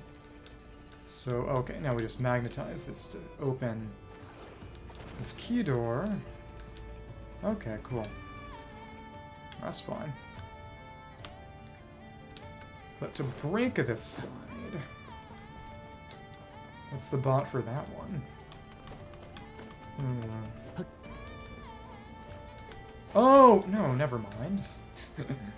I'm stupid. I put it on the other side so that I can obtain the charge from it. Right. That's actually pretty smart. Yep. Uh-huh. Fun trick. Chips and salsa. I did not know that pizza rolls were a special occasion food for you. Fair enough. Get it. Not that many left on the island. That's okay with me. And we'll go back through the chambers. Yeah. That's cool. Ugh. Ouch. See what else there's to see and clear out. Anything up there? Maybe. Clearly there's that walkway there, but what's the intended method of... oh, it's this, obviously. But it's not active yet. Oh, we're gonna have to use a mechanism. Okay, cool. Then we'll jump. Following incident T-minus infinity T-1000. It's the Terminator. Operation. The Moon Power Barrier Activation Terminal requires the presence of no fewer than 2 certified safety officers, irrespective of operator rank. Whether it's a Landcruiser or soldier's butt, or valuable assets of Her Majesty. Non-standard operations have already led to the permanent loss of at least butt, Landcruisers, and butt soldiers. It's just, you know, it was funny to think it was a butt, but now I have to think of every single blanked out thing as butt. I ruined my own life. This is so sad. Test operator DA Butt has been placed on indefinite leave pending a disciplinary hearing for gross negligence. Extreme caution is once again stressed to all. Maybe they do need to put me down. Maybe they don't need to. Maybe they just should, you know? That's how I'm feeling. And now we can trampoline. Yay. It's so joyous. Ouch. Okay. Okay. But to get up here... that was a little awkward to climb, frankly. Here's our Oculus. Yeah, because when I went through here, I didn't want to do any of the mechanics. I want to save them for now. I wanted to... I think she was talking about earlier in the year, right? The flood's been over for a bit, hasn't it? Or was that present tense? I hope it's not present tense. Yeah, I was just swimming. Going through the water. And using Furina and Llama. But...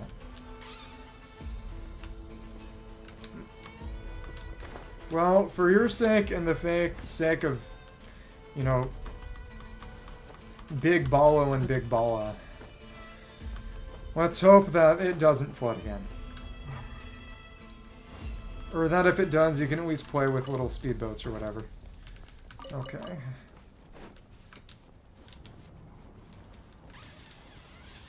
Okay. Okay. Get over here. Should be enough because there are multiple enemies.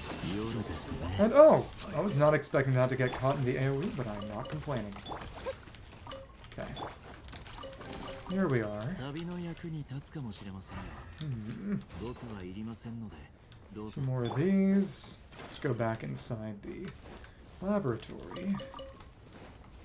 The laboratory. Nice. And we need two.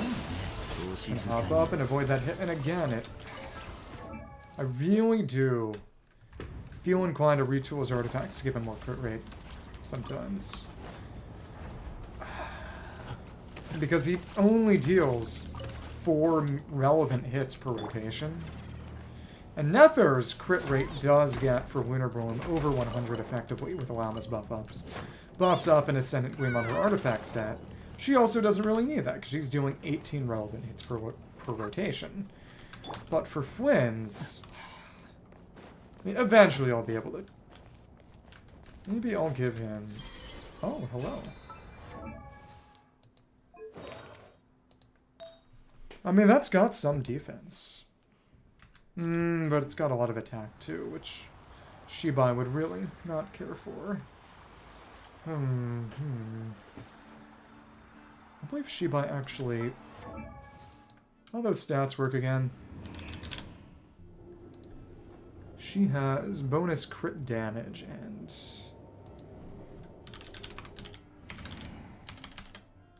Signature. Light-bearing Moonshard.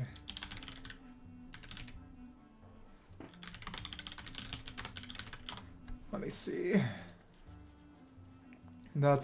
It's all crit damage. Her Ascension and that, so she would be using a crit rate circle, so I wouldn't be able to give her that. I mean, there are lots of... there are lots of football teams. At least 50, right? At least one per state, right? And it's... Only one can win the Super Bowl. You know, if every team were to have to win the Super Bowl... I mean, that's fewer than 50 years ago. You know, mathematically, that's still better than you would expect, assuming equal skill levels between all teams. Right? Maybe I'm overthinking this. You know, I don't think football is really the kind of thing where you'd want to be thinking that hard. No hatred. Just disdain. Okay. Okay, exactly. Shows you how much I know. I know. But... I guess the question is... What states don't have NFL teams? Yeah, this is very similar to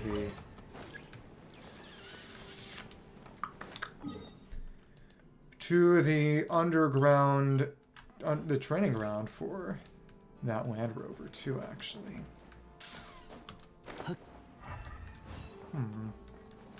Of course, there's nothing in here anymore, but of course you want to check, right? You always gotta check. And we just gotta go up into the bureau again for the few remaining chests. The force field is off too. This was a cool little area to go into. And they're angular, almost hexagonal. Guyan Stone Forest and Weiwei. A lot of people thought of similarities between Zhongli and Moon Power, especially since apparently he may have some hand in Shibai coming back. Though, of course, we won't know what all happens there until the actual Lantern Light quest comes around, which is apparently going to be a permanent quest this time. Maybe. Hard to say. Until it actually happens. Yeah, blue and red plants. Because it's blue and red. It's magnetism. Wow. Let's go down again. Okay.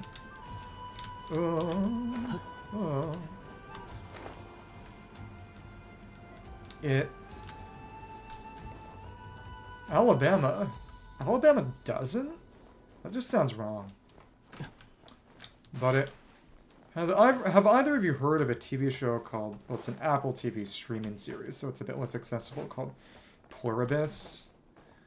I've been watching it with family over the past couple nights, and it's quite good.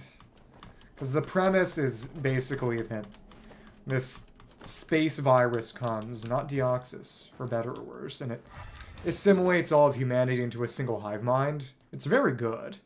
But the main character is this authoress who...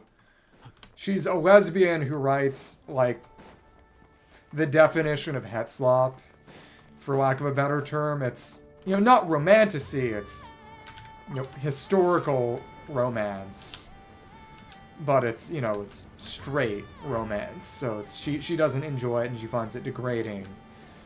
But near the start, the opening framing piece is her at a book signing for her book series. And there's this guy there who seems totally oblivious to the fact that it's, you know, a women-oriented, saucy, smutty series that, you know, has the historical setting, is just set dressing and aesthetic at most. There was this book that people were discoursing about that was like this lesbian Regency area romance that was like, you know, imagine the Regency era without classism, without homophobia or sexism or racism, and it's like, well, if you just like the aesthetic, I mean, the issue is that that aesthetic is kind of bound into that society. The decadent aesthetic could only exist because of a deeply hierarchical society where, you know, every rich person had 10 people devoted just to maintaining their aesthetic. It's, you can't, the two aren't really separable. But the guy was talking all about how the details of the boats weren't accurate and didn't make any sense. And of course the joke is that, you know, he didn't understand what the appeal of it was and what it was actually about. But I think it was kind of a meta joke, because after the first episode, and there are a lot of people who felt they had their expectations betrayed, it doesn't really care about the mechanics of the virus or how it got there, or even the fact that it's an alien virus. It's about... It's a framing device for the series' more character-driven aspects. Well, it's aspects at all, because it's all just about the character stuff. It's really just a show about what it's like being a lesbian. You know, the fact that it's alien or a virus has nothing to do with it at all, honestly. It's not really relevant. So can we use this? Oh, so we still use this to go up inside. Okay, cool. There we go. It's like a roller coaster. Yeah, because of course you can't go up the legs, because eventually there's empty space. We have to ride the rail. Yeah. But in retrospect, I think that guy's whole deal was kind of a meta joke about people who were interested in the sci-fi aspect of it when it's, to the extent there's any sci-fi, it's just set dressing as a way to set up what the series is actually about. Which, it's still quite good. But it's about quite different things than the intro may suggest. Which is to say, I think it's good, but I'm not sure you would enjoy it. Also, if you don't have Apple TV, you can't watch it unless you pirate it, which... I mean, you could pirate it, but still. The cards in there, yeah. Okay. Kind of hard to see. Okay.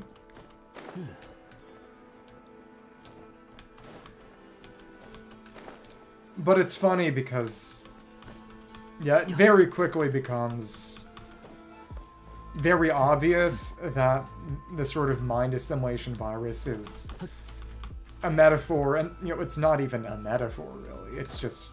It's not even subtext, it's just text. It's a metaphor, and again, not really even a metaphor, or at least not a subtle one, for quote-unquote comphet, or compulsory heterosexuality.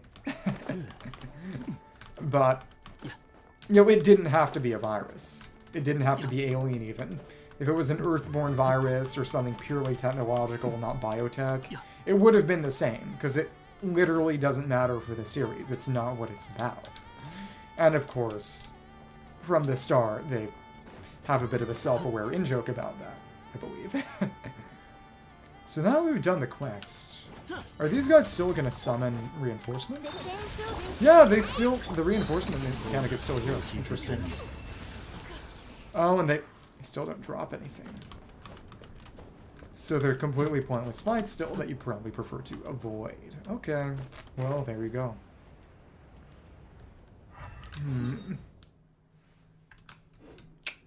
There's a bit in there, and... Me when the Quicken Llama. Wild. Okay. I mean, we could just hit normally, that's right. She is a catalyst character. Exactly. What are these electro slimes even doing in here? Why are you here? Okay.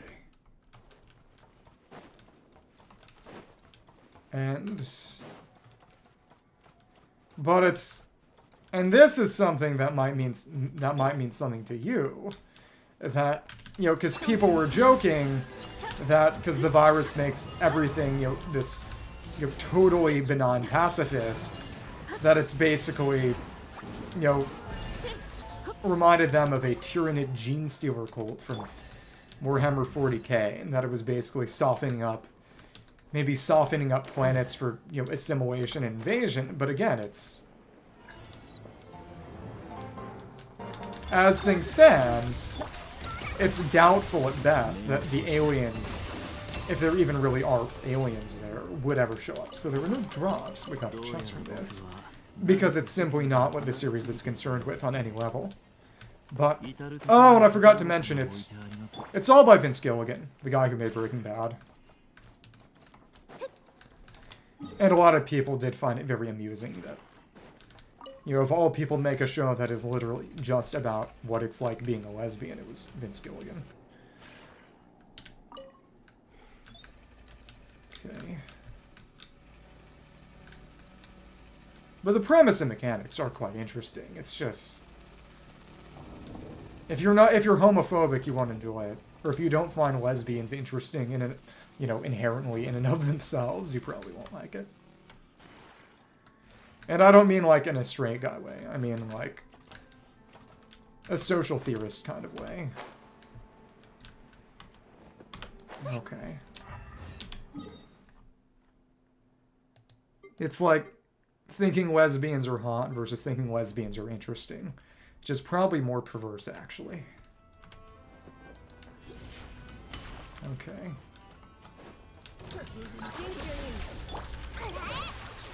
Okay.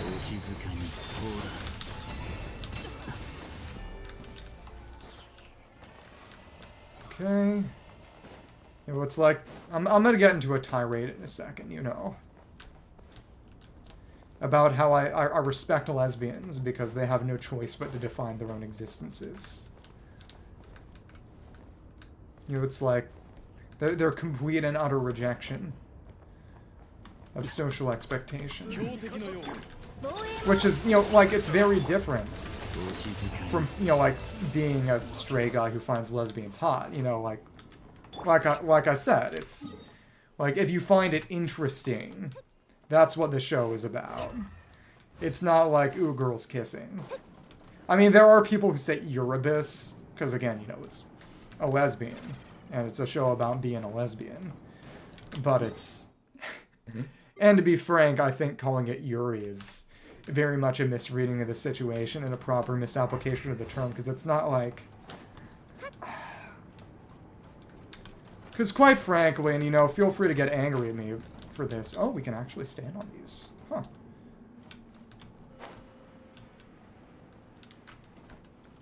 Yeah, I'm not filthy Frank. I'm not even filthy. I'm very clean. At least physically. But, as I was saying, you know, and I don't...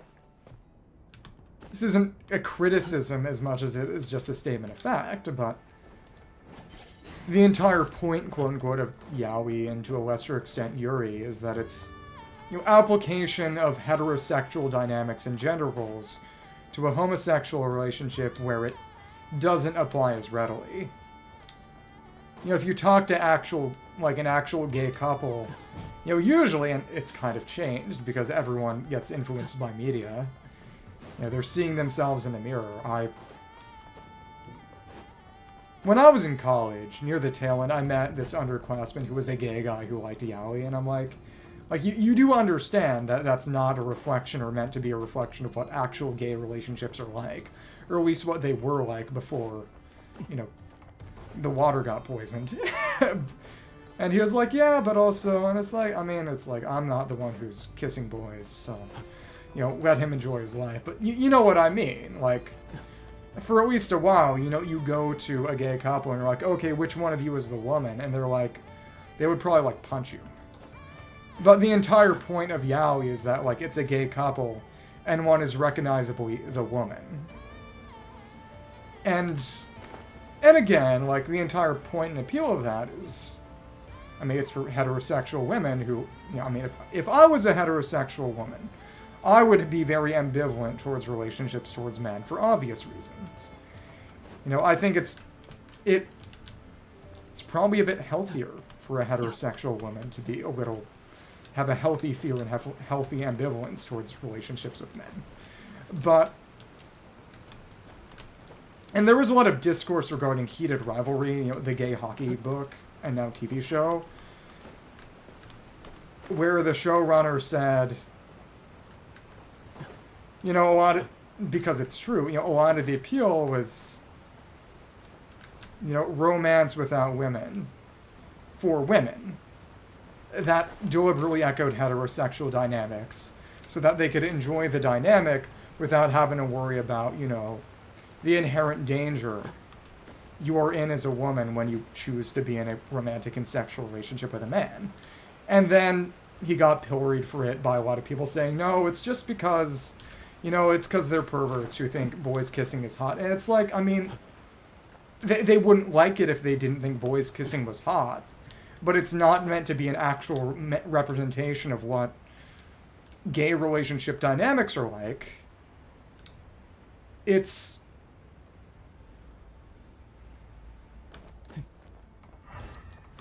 I'm not criticizing.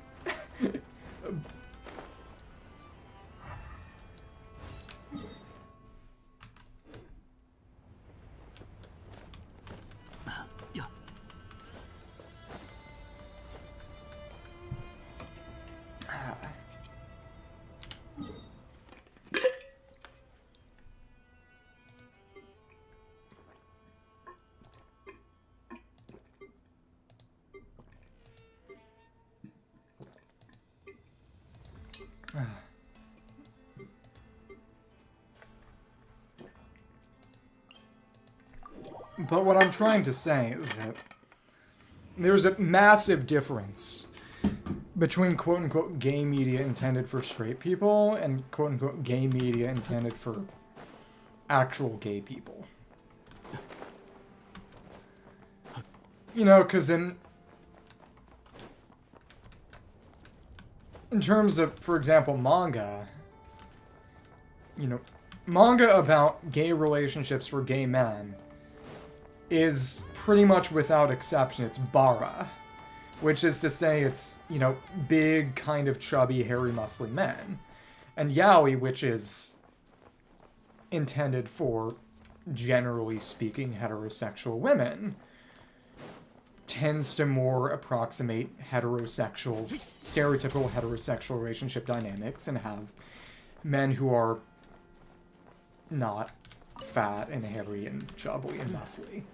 I mean, there's nothing wrong with them being different, having different target audiences, but they come about for very different reasons and appeal to very different tastes.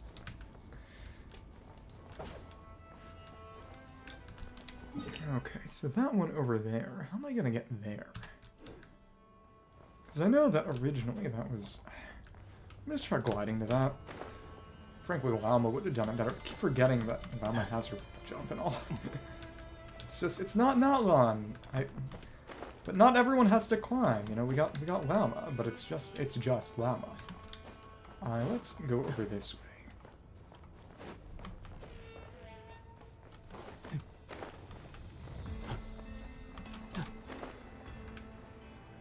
So how did I... Oh, it's from that elevator. Okay, right. So we'll go down there from above, I guess. It's been a while since I did this as part of the Archon quest, and it's been a while since I did this as part of the World quest. Yeah, this is the way we went down to get to the generator. But of course, that was in the instanced version of the area, which was entirely different. Okay. Let me see this here, and...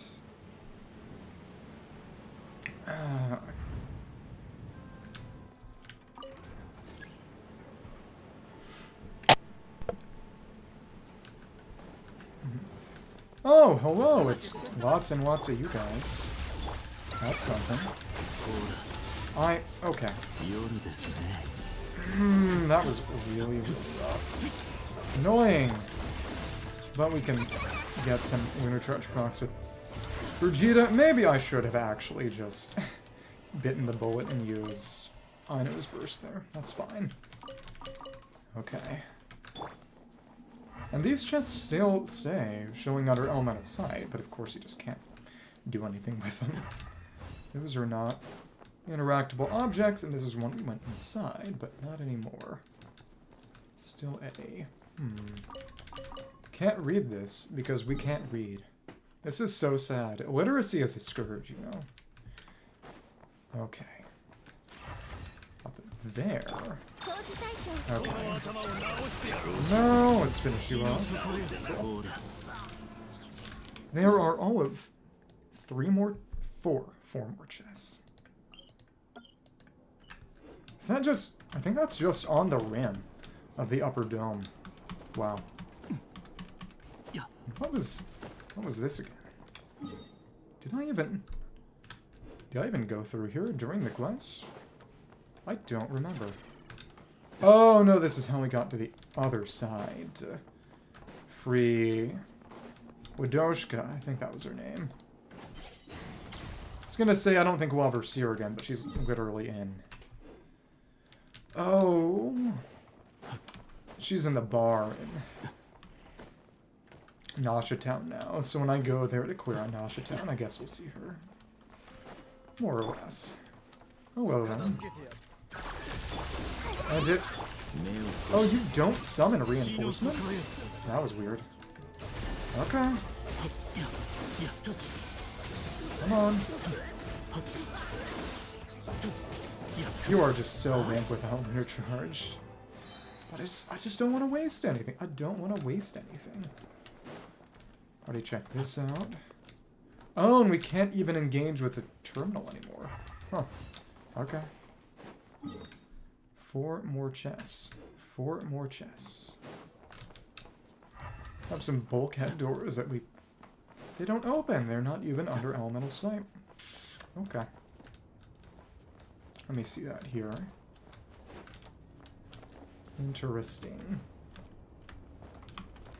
And...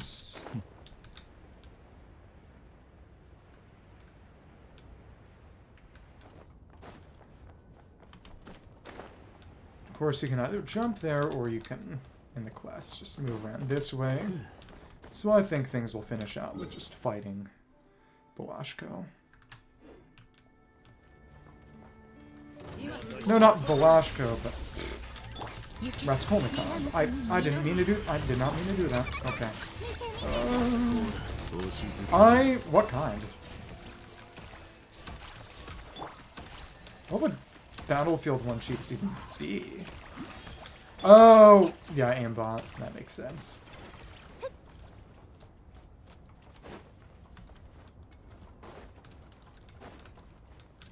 It is sad when people aimbot. Because I can't even imagine it's all that fun. Because it's entirely all you're doing is ruining other people's fun. Oh, okay. Let me see this here. Was that... I know there was some kind of Battlefield 1 scandal. It might have been another game. I know there was something where people were arguing over whether some player was using an aimbot or not. Recently, that was blew up online. Okay, but it's in the middle level. Where's that one again? It's close to the generator, but this one we're gonna have to go down on outside, I think. Okay.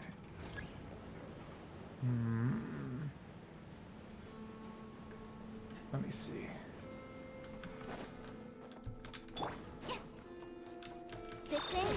Come on. Not quite. We should be close enough to get them all. There we go. Again, 4 chests left. None of them are really in here. We're just going through the quest area. I wish there were more documents here that we could read or something. That'd be fun. So then, got the ID card and... Oh. I don't think I ever noticed. That was a conveyor. To be frank. Especially since it doesn't even move the player. That's a bit silly. Okay. So we can switch... sucrose back in. Or something. Okay. And now... bit of scrap that, again, accumulated when we did the fight in here, which was a bunch of Landcruisers while we had access to a giant set of crushing presses to break them more easily. Yeah, the hydraulic press. Welcome to the hydraulic press channel. Okay. And then, of course, when we forcibly pushed one of these arms after the fight, we broke through the window, which automatically prompted this teleport waypoint, and then we got out of here. Nothing with that terminal. It is cool the perspective they take with some of these Moonlane rails. The initial crate ride and this have a bit of roller coaster to them, which is fun. Well, I guess we'll have to manually hop down to find those last couple of chests. Oh well. There's one up top in the middle, which suggests to me that I did already check those, and there's nothing in those little spots, but hello, you. Identified as an intruder. A grenadier. What if it was grenadine and it was pomegranate flavored cocktail syrup? Okay.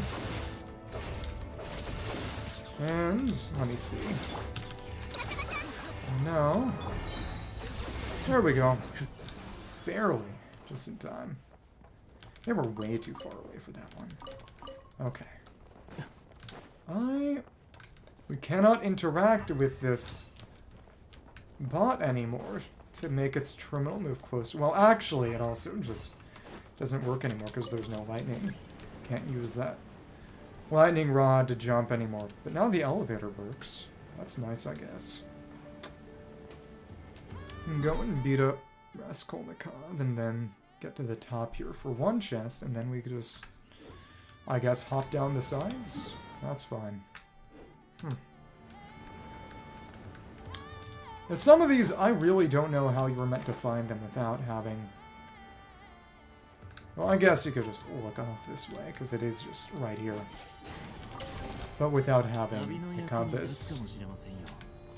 Well, that's nice. Guess we can just teleport up here.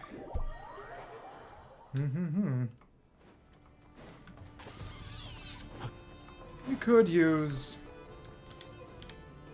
Flynn's team A good Flynn's team. Sure. It'll be easier to switch this. That's right. Sucrose, you're up. Okay. Let's make this happen. This one is for all the marbles. Oh well. Nice. And here we go. Lots and lots of hits on you. And that knocks you down quite well as well. He actually has a good amount of stagger with his normal chain, which is kind of surprising to me. Okay. No, we can... Well, that's... Never mind. Let's try that again. It's a bit of an annoying rotation to do. Because it's... Basically do both if possible, but...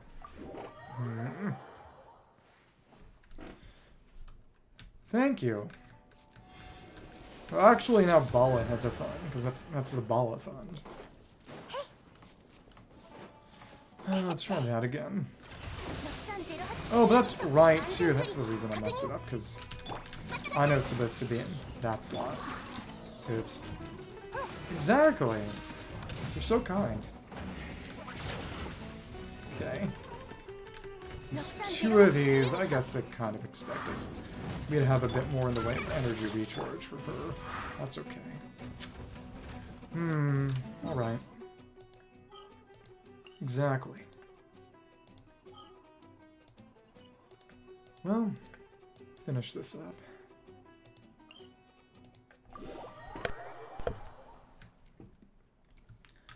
As long as I remember, I can run it manually. That's okay. It's up there above us where the last chest up here is going to be. And an Oculus, apparently. It's on this level. Oh, really? Where was that? Huh. Okay. Thrilling Tales is active on Ineffa. That's okay. The way the rotation works should guarantee it for Flynn's each time. But let's let it run a bit more. Sure. Okay, cool. Nice. Let's switch to I know. Two of these. Cool. Nice. That. Get the attack buff on you. And hit again. Cool. Now what we do is we do like this. That's how we run things. Now we can go for one of those. And hit. Yep, just broken down entirely. This works very, very well. Okay, cool. Again, now we use whatever we have up for Ineffa. And this goes down at 3 rotations. It's quite good. Drum. Should be the final hit, and we even staggered you. Yeah, boom done. Yeah. This team is very, very strong with that. Set up again, weaving Sucrose in to keep the swirl up, to keep Vivi up. It's quite good. Okay, well, you're back out of the party. Cool. Oop. You call.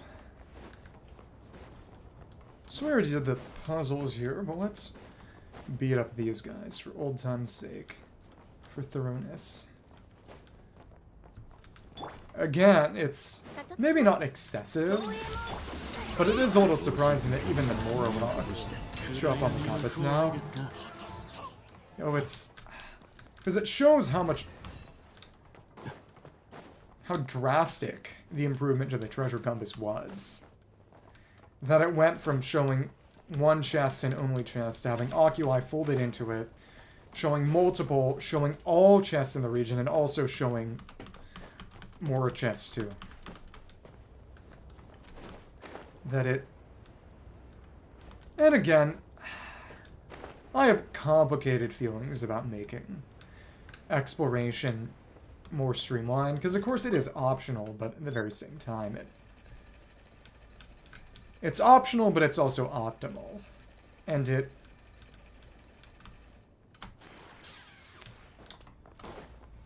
There's something to be said for too much choice in a game being a bit of a bad thing. Because when the optimal way to play isn't fun, it means that people who want to have fun but also enjoy optimizing need to tamp down on at least one part of their enjoyment.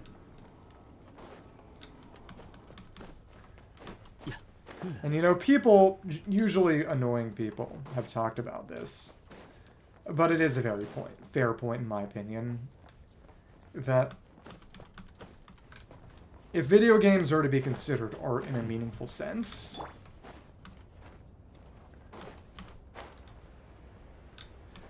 there needs to be a broader understanding that enjoyment may not be the only thing games should strive for, or at least that being more broadly appealing does not necessarily make a game better. In the sense that there's nothing wrong with aiming for mass market appeal from an artistic perspective, but that does limit you in other ways. You can't make edgy and difficult choices. And we got a luxurious chest just up top here. Definitely been a lot more generous with chest compensation. Okay. Yeah, when is... And that's right, her constellation is just a rabbit. It's not even a fire rabbit or anything, just a rabbit. Yeah. Okay. Should be.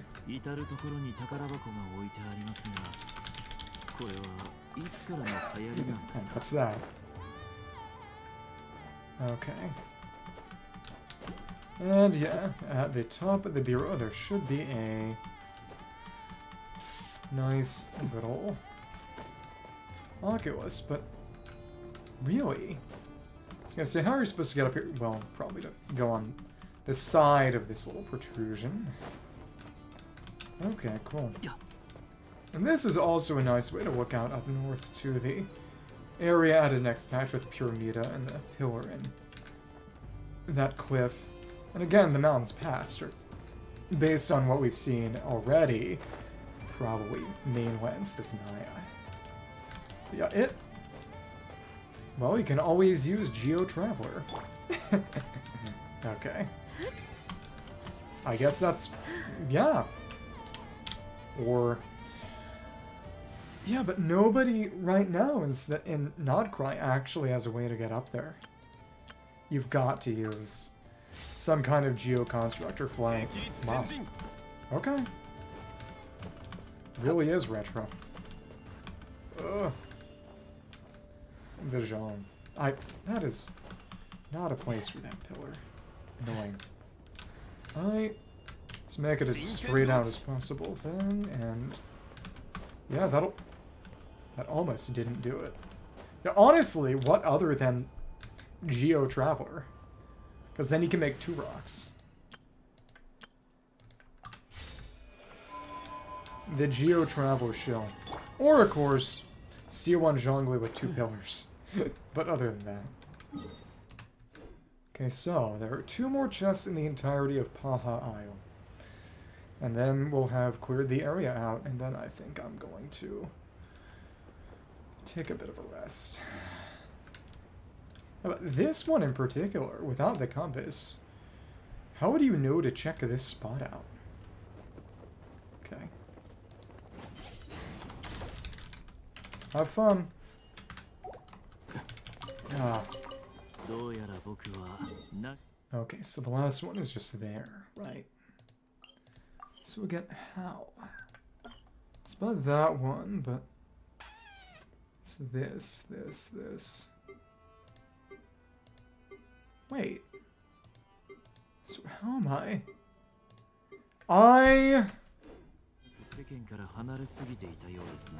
I've said this already, but I'm an anti-interventionist. And for what it's worth, I don't imagine... There's no such thing as humanitarian intervention. I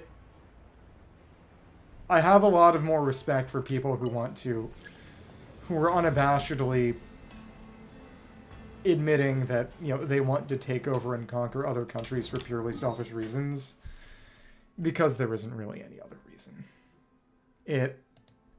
Oh wait, let me see. Yeah, because we went up and then we went down through here. We didn't go through the vent.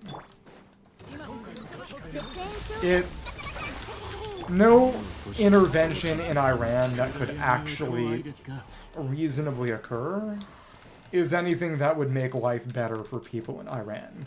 Which, that wouldn't be the point of it. And, you know, if you're gonna be evil, I mean, I don't like that, but there's something to be said about honesty. It's... I don't like the Islamic Republic, but anything that could reasonably come after it in the world we live in today is going to be worse. Or at least just as bad, and cost a bunch of blood and treasure to create a result that is not meaningfully better. Because... Ostakova Sergeant? Who? Huh? Oh, there's a little encounter we get for coming back through here. That's fun. Let's just kill you all. Oh, I agree. And the entire point is that the people who are baying for blood don't care about Iranians. They care about having an excuse to go drop bombs on a country and kill more Iranians. It's crocodile tears. They do not have any actual... They either don't have any actual concern for the people there, or they're useful idiots for people who want to take over and rule another country. It's... And to be entirely frank, it's... Most of the people who are baying for blood are people who are totally fine with shooting protesters in other contexts. It's...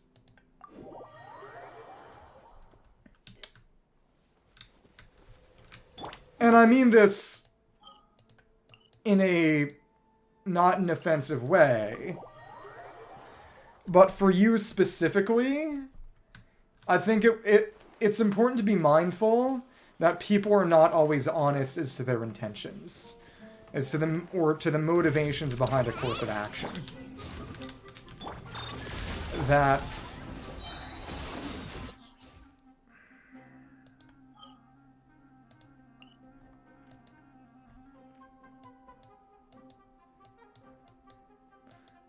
I mean, there are people who will be in other countries in exile for energy. It had to happen.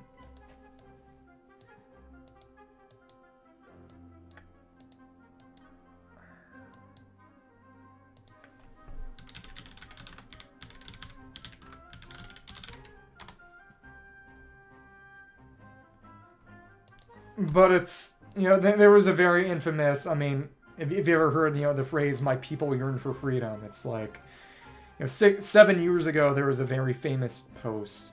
Yeah, blonde-haired, blue-eyed person named something like Sabine Mengali Eichmann, "my country Venezuela yearns for freedom."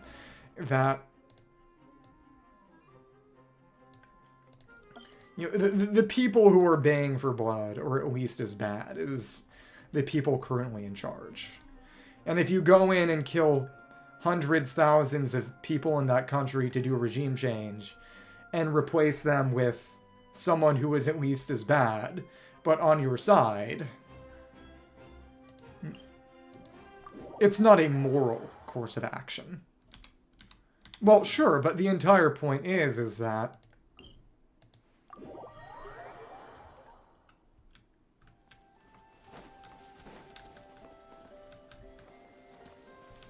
if people are talking about how bad things are in their country, and their suggested course of action is for another country, a second country to come and drop bombs on their country, you should be suspicious of what they are saying.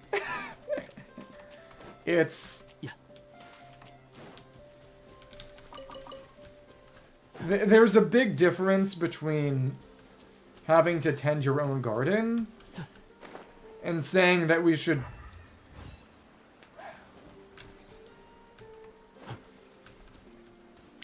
Because much of what people who criticize American foreign policy are requesting is not for America to go and do more in other countries. It's to I didn't, yeah. It's to request America do fewer things in other countries and spend money on themselves and their own people. It's... I mean, I guess I'll open those right now, but...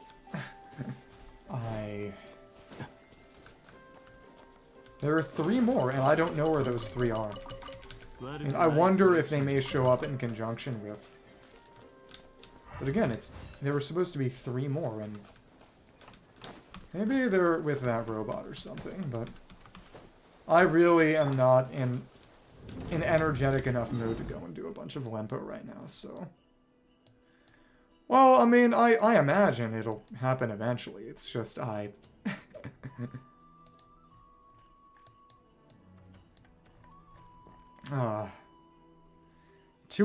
quote Meatloaf, 2 out of 3 ain't bad, and I started the day already kind of tired, so I think what local legend would be good to fight with?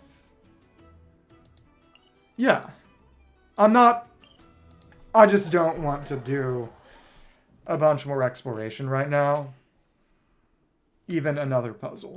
What I do want to do is use a Duran team to beat up... Duran Varisa team to beat up this local legend. That'll be fun.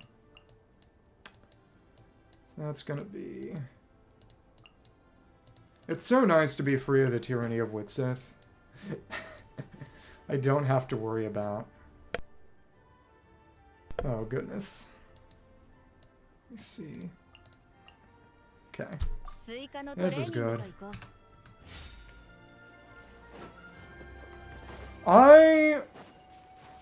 That's right. I don't have to use Mavica on this team anymore. I did for Stygian, though. Well, that's the idea. It's just... I'm focusing on other things, you know. It's whoever's new takes priority. I'm focusing on getting Illuga and Jibai and Colombina next patch to 90 before I spend stuff here. Because I'm going to need them leveled for Stygian and Abyss and such, and if I went and spent a bunch of bucks on these guys, I wouldn't be able to do that. Even like, accursed be her name. But yeah, just not right now. Okay. And there we go. I expected a bit more out of that. That's okay. I hate that. And we can just hang in the air and leap over that, which is very fun. Okay. No. Break a bit of that too. Nice. Come on. Here we are. Okay.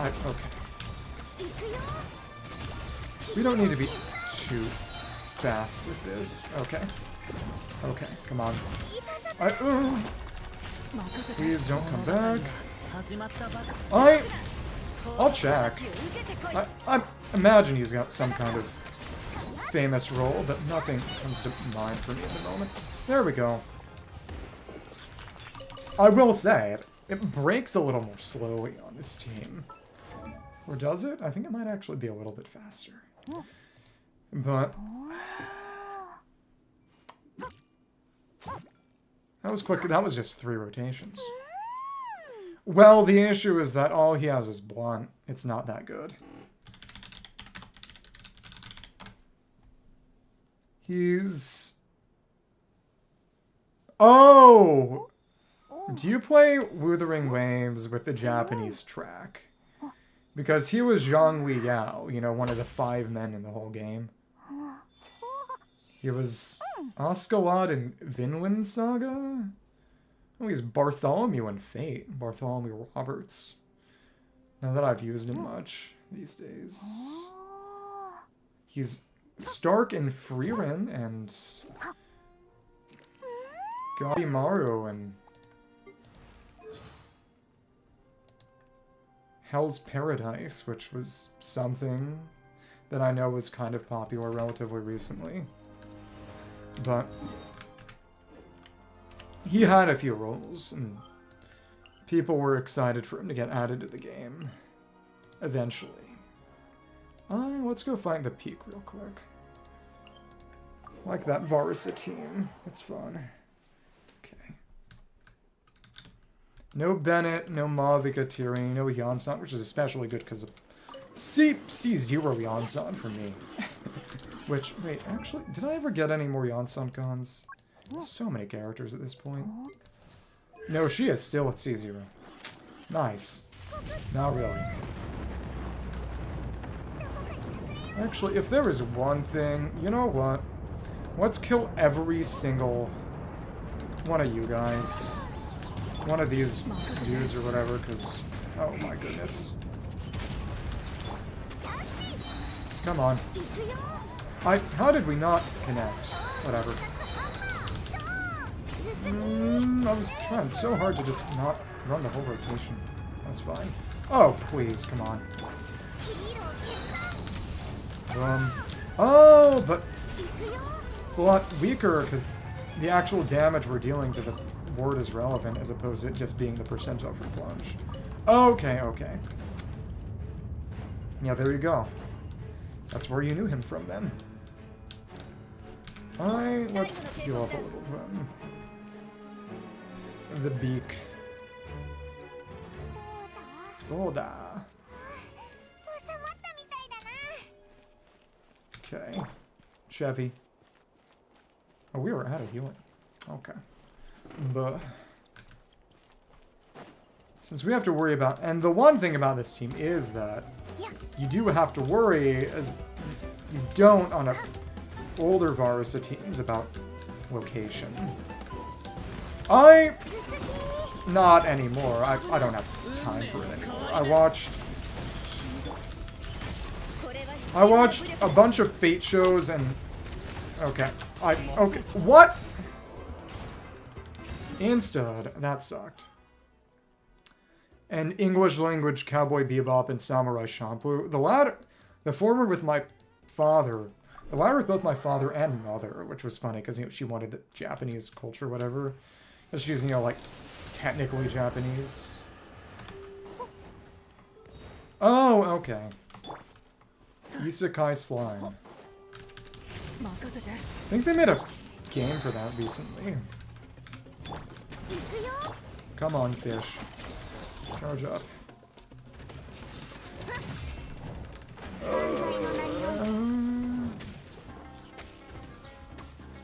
All I want to do is have some fun. Come on. Oh. All I want to do is beat up the peak with this team one time just to close things out.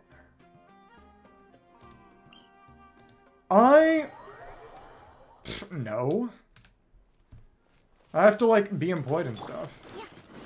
I barely have time for this game.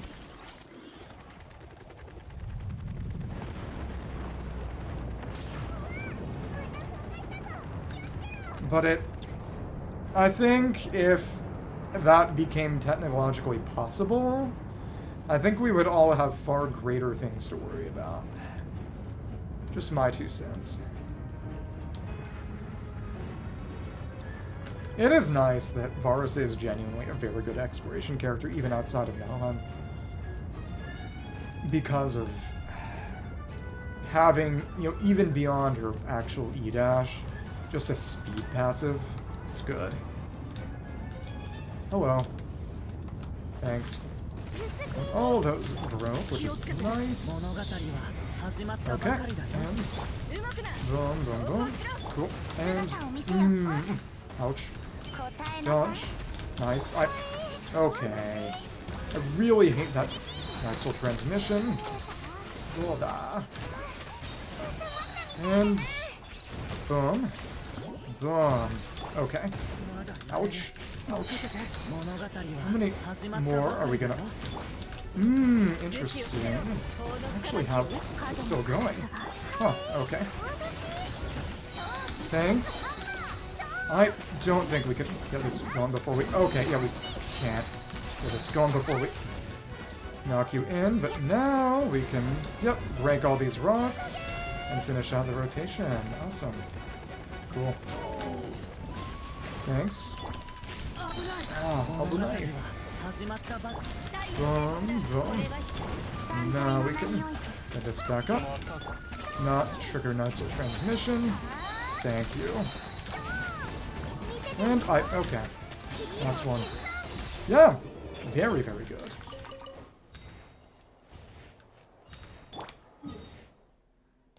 I don't think that's instant transmission. I think that's normal amount of time transmission.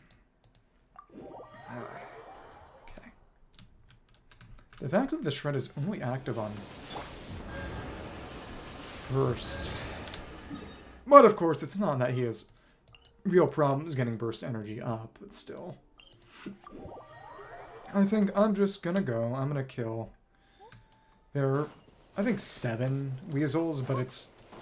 I need those mats for Ineffa's weapon, which I should be getting on Friday, probably. I think I've told you this story before. I never watched much of it. I watched a little bit of DBZ Abridged, and got a friend, told a friend about it, and then he watched pretty much the rest of it under the assumption that I had watched more of it than I actually had, which was funny. You know, I also like about this team compared to the Mavica team. Durin is doing his own Varus is doing her own damage here. She is not having certain other parties interfering steal kills. I have not watched either. It's an unfortunate blind spot. Okay, okay, that did hit. Really, I was always more the gamer weeb side of things than the watching stuff weeb side of things. But the reason I will never let anyone imply I'm a tourist is because I've literally played and beaten multiple Toho games. Most people who claim to be Toho fans have not even played any of the actual games. Because shoot-em-ups are literally probably the most niche genre. Yet more niche than rhythm games, fighting games, or map games. I will contend that they are the single most niche video game genre, period. Okay, and yeah, there's 7 in total, I believe. I think. There. Is the one I missed on the world map? No, it's... Oh, goodness. There's one around here, I think. There are 9 in total, and one's here. Going on a weasel hunt. Gonna catch a big one. Yeah, this is needed for Ineffa's weapon, which... Gonna be my Flynn's team upgrade. Lord of Mystery? Is that... Not familiar. Have you mentioned that before? Was that something you were watching? I think that was, right? Okay. Boom. And... Nice. The auto aim is really good on that, actually. There we go. Cool. Does mean if we started off with the plunge, we can go for another one pretty much immediately. Had 4 up tops and 5 more in here, I believe. Drop rate ain't all that bad. Oh, okay, okay.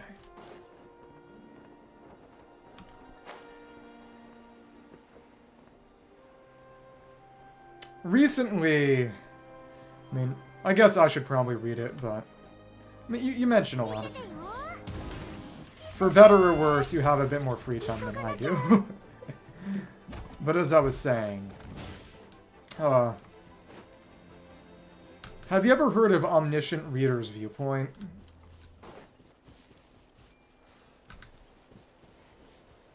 A lot of people basically describe it, and this may offend you a bit, I don't apologize though, as solo leveling if solo leveling was good. You may have heard of it before. Okay. Get this off, and... Cool. Boom, boom. Yep, because that guarantees getting a second burst hit. Well, because the basic plot conceit is that there's this, you know, dead-ender Korean guy because that's what it's always about. And he's the one fan of this obscure web novel. And then it's basically, you know, inverse isekai, where the world turns in, his world gets merged with the setting of the novel. It's Christian then, isn't it? But the world gets turned into the setting from his novel, and okay, let's run this. Yep, and we forcibly enter Night Soul because it's from any plunge, not just the skill. It's just easier to do it that way.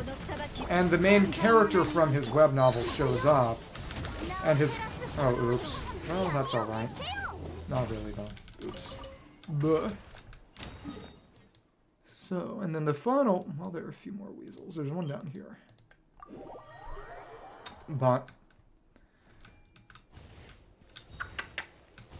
basically, the world turns into the setting from his web novel. So it's kind of isekai, but not really. I mean, I haven't read it. But...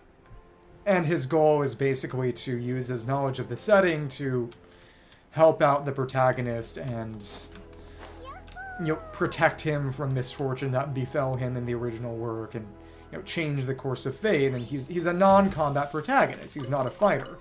All he has is knowledge, but it's encyclopedic knowledge.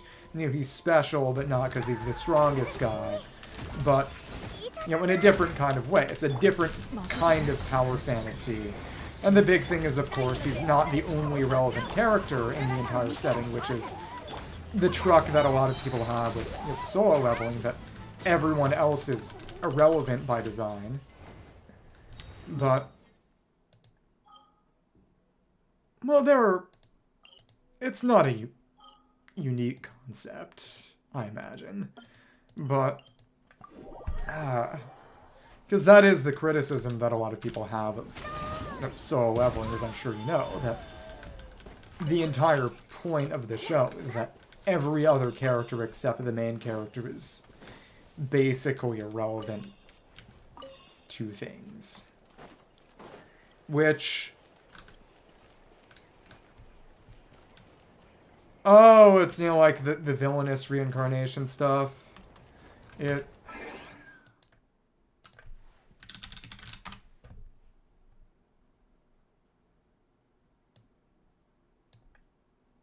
The next life is a villainous one. Yeah.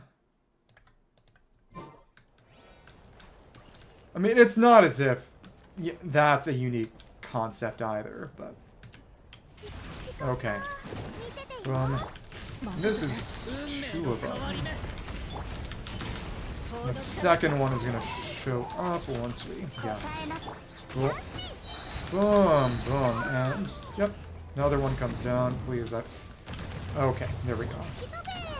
Let's make sure our buffs stay active, and yep, that's good.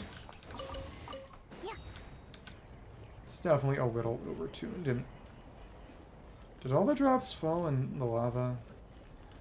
Oh well, that's kind of... no, they're over here. Okay, cool. I want to run on the lava. Okay, thank you. We can't stand still, otherwise we're going to get burned by the lava. Okay. So that was fun and all. I think there's one more. I think there were 11. I grabbed a bunch of those for Varus' weapon a bit ago, but that was 3 weeks ago, and a lot of things have happened since then.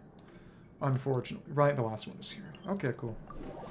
Then I'll fight the normal world boss. But I am serious. I mentioned it a few times today. When I'm freer and less employed, which is probably going to... yeah. They're probably going to happen together. Okay, whatever. I would like to make an evolved type of game. Well, asymmetric multiplayer type game using Miliastra. I think that would be very fun. Okay. So that's all of them. Every single weasel. That is not what I said. That is not what I said. What I said, I said I wanted to make a game that was like the game Evolve. Which is an asymmetrical multiplayer combat game, because I like asymmetrical multiplayer, but I don't like games like Dead by Daylight and, you know, Identity V, which is just Chinese anime-ish Dead by Daylight, after all. Because I don't like games where you can't fight back. Don't like games where there's no counterplay combat-wise. Okay. Boom. Big damage. Okay. Nice. Yeah, that's one rotation. A truly massive difference was made with getting this. You know what? You were part of this too, and we have like 2 more minutes before I decide arbitrarily that 3 hours is the cutoff, so. Which, to be fair, was an hour earlier than I technically promised, but whatever. That's okay. Thanks. Please, please, please. Okay. Alright. Thank you. Alright. Oh, they didn't hit each other. Big damage, though. Okay, alright. Now we just gotta... you missed. That's okay. Not really. I guess we can just take you down semi-normally. It's kind of crazy. Oh well. And... Alright. That was bizarre. Please, come on.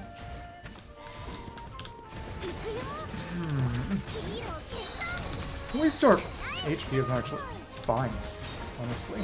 Okay, cool. And that's good and all. We're gonna have to focus on the goat, of course. Yeah. Oh, there we go. We've already got it. Thanks. And let's see how much AoE we have. It's gonna be a lot, isn't it? It's gonna be too much AoE, isn't it? I mean, I don't really care about killing them with each other, but still. Okay. Well, okay. And you're dead. Oh, I thought I could have timed that a little bit better.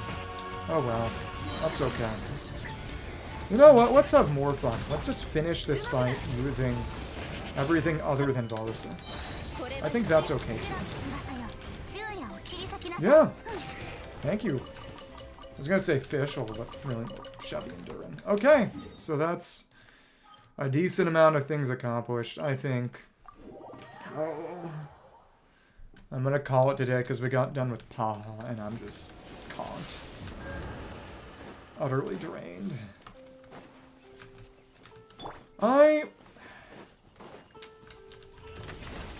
Yeah.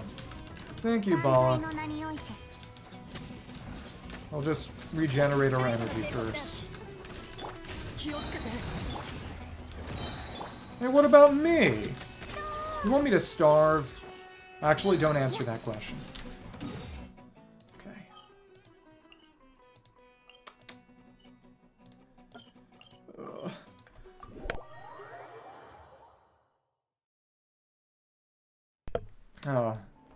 You know what? Just for that, maybe I shouldn't have muted the mic for that sneeze.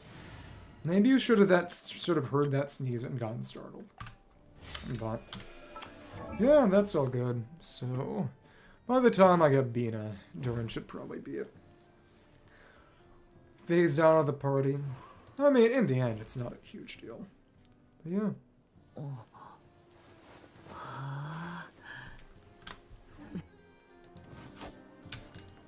I like that you didn't specify which.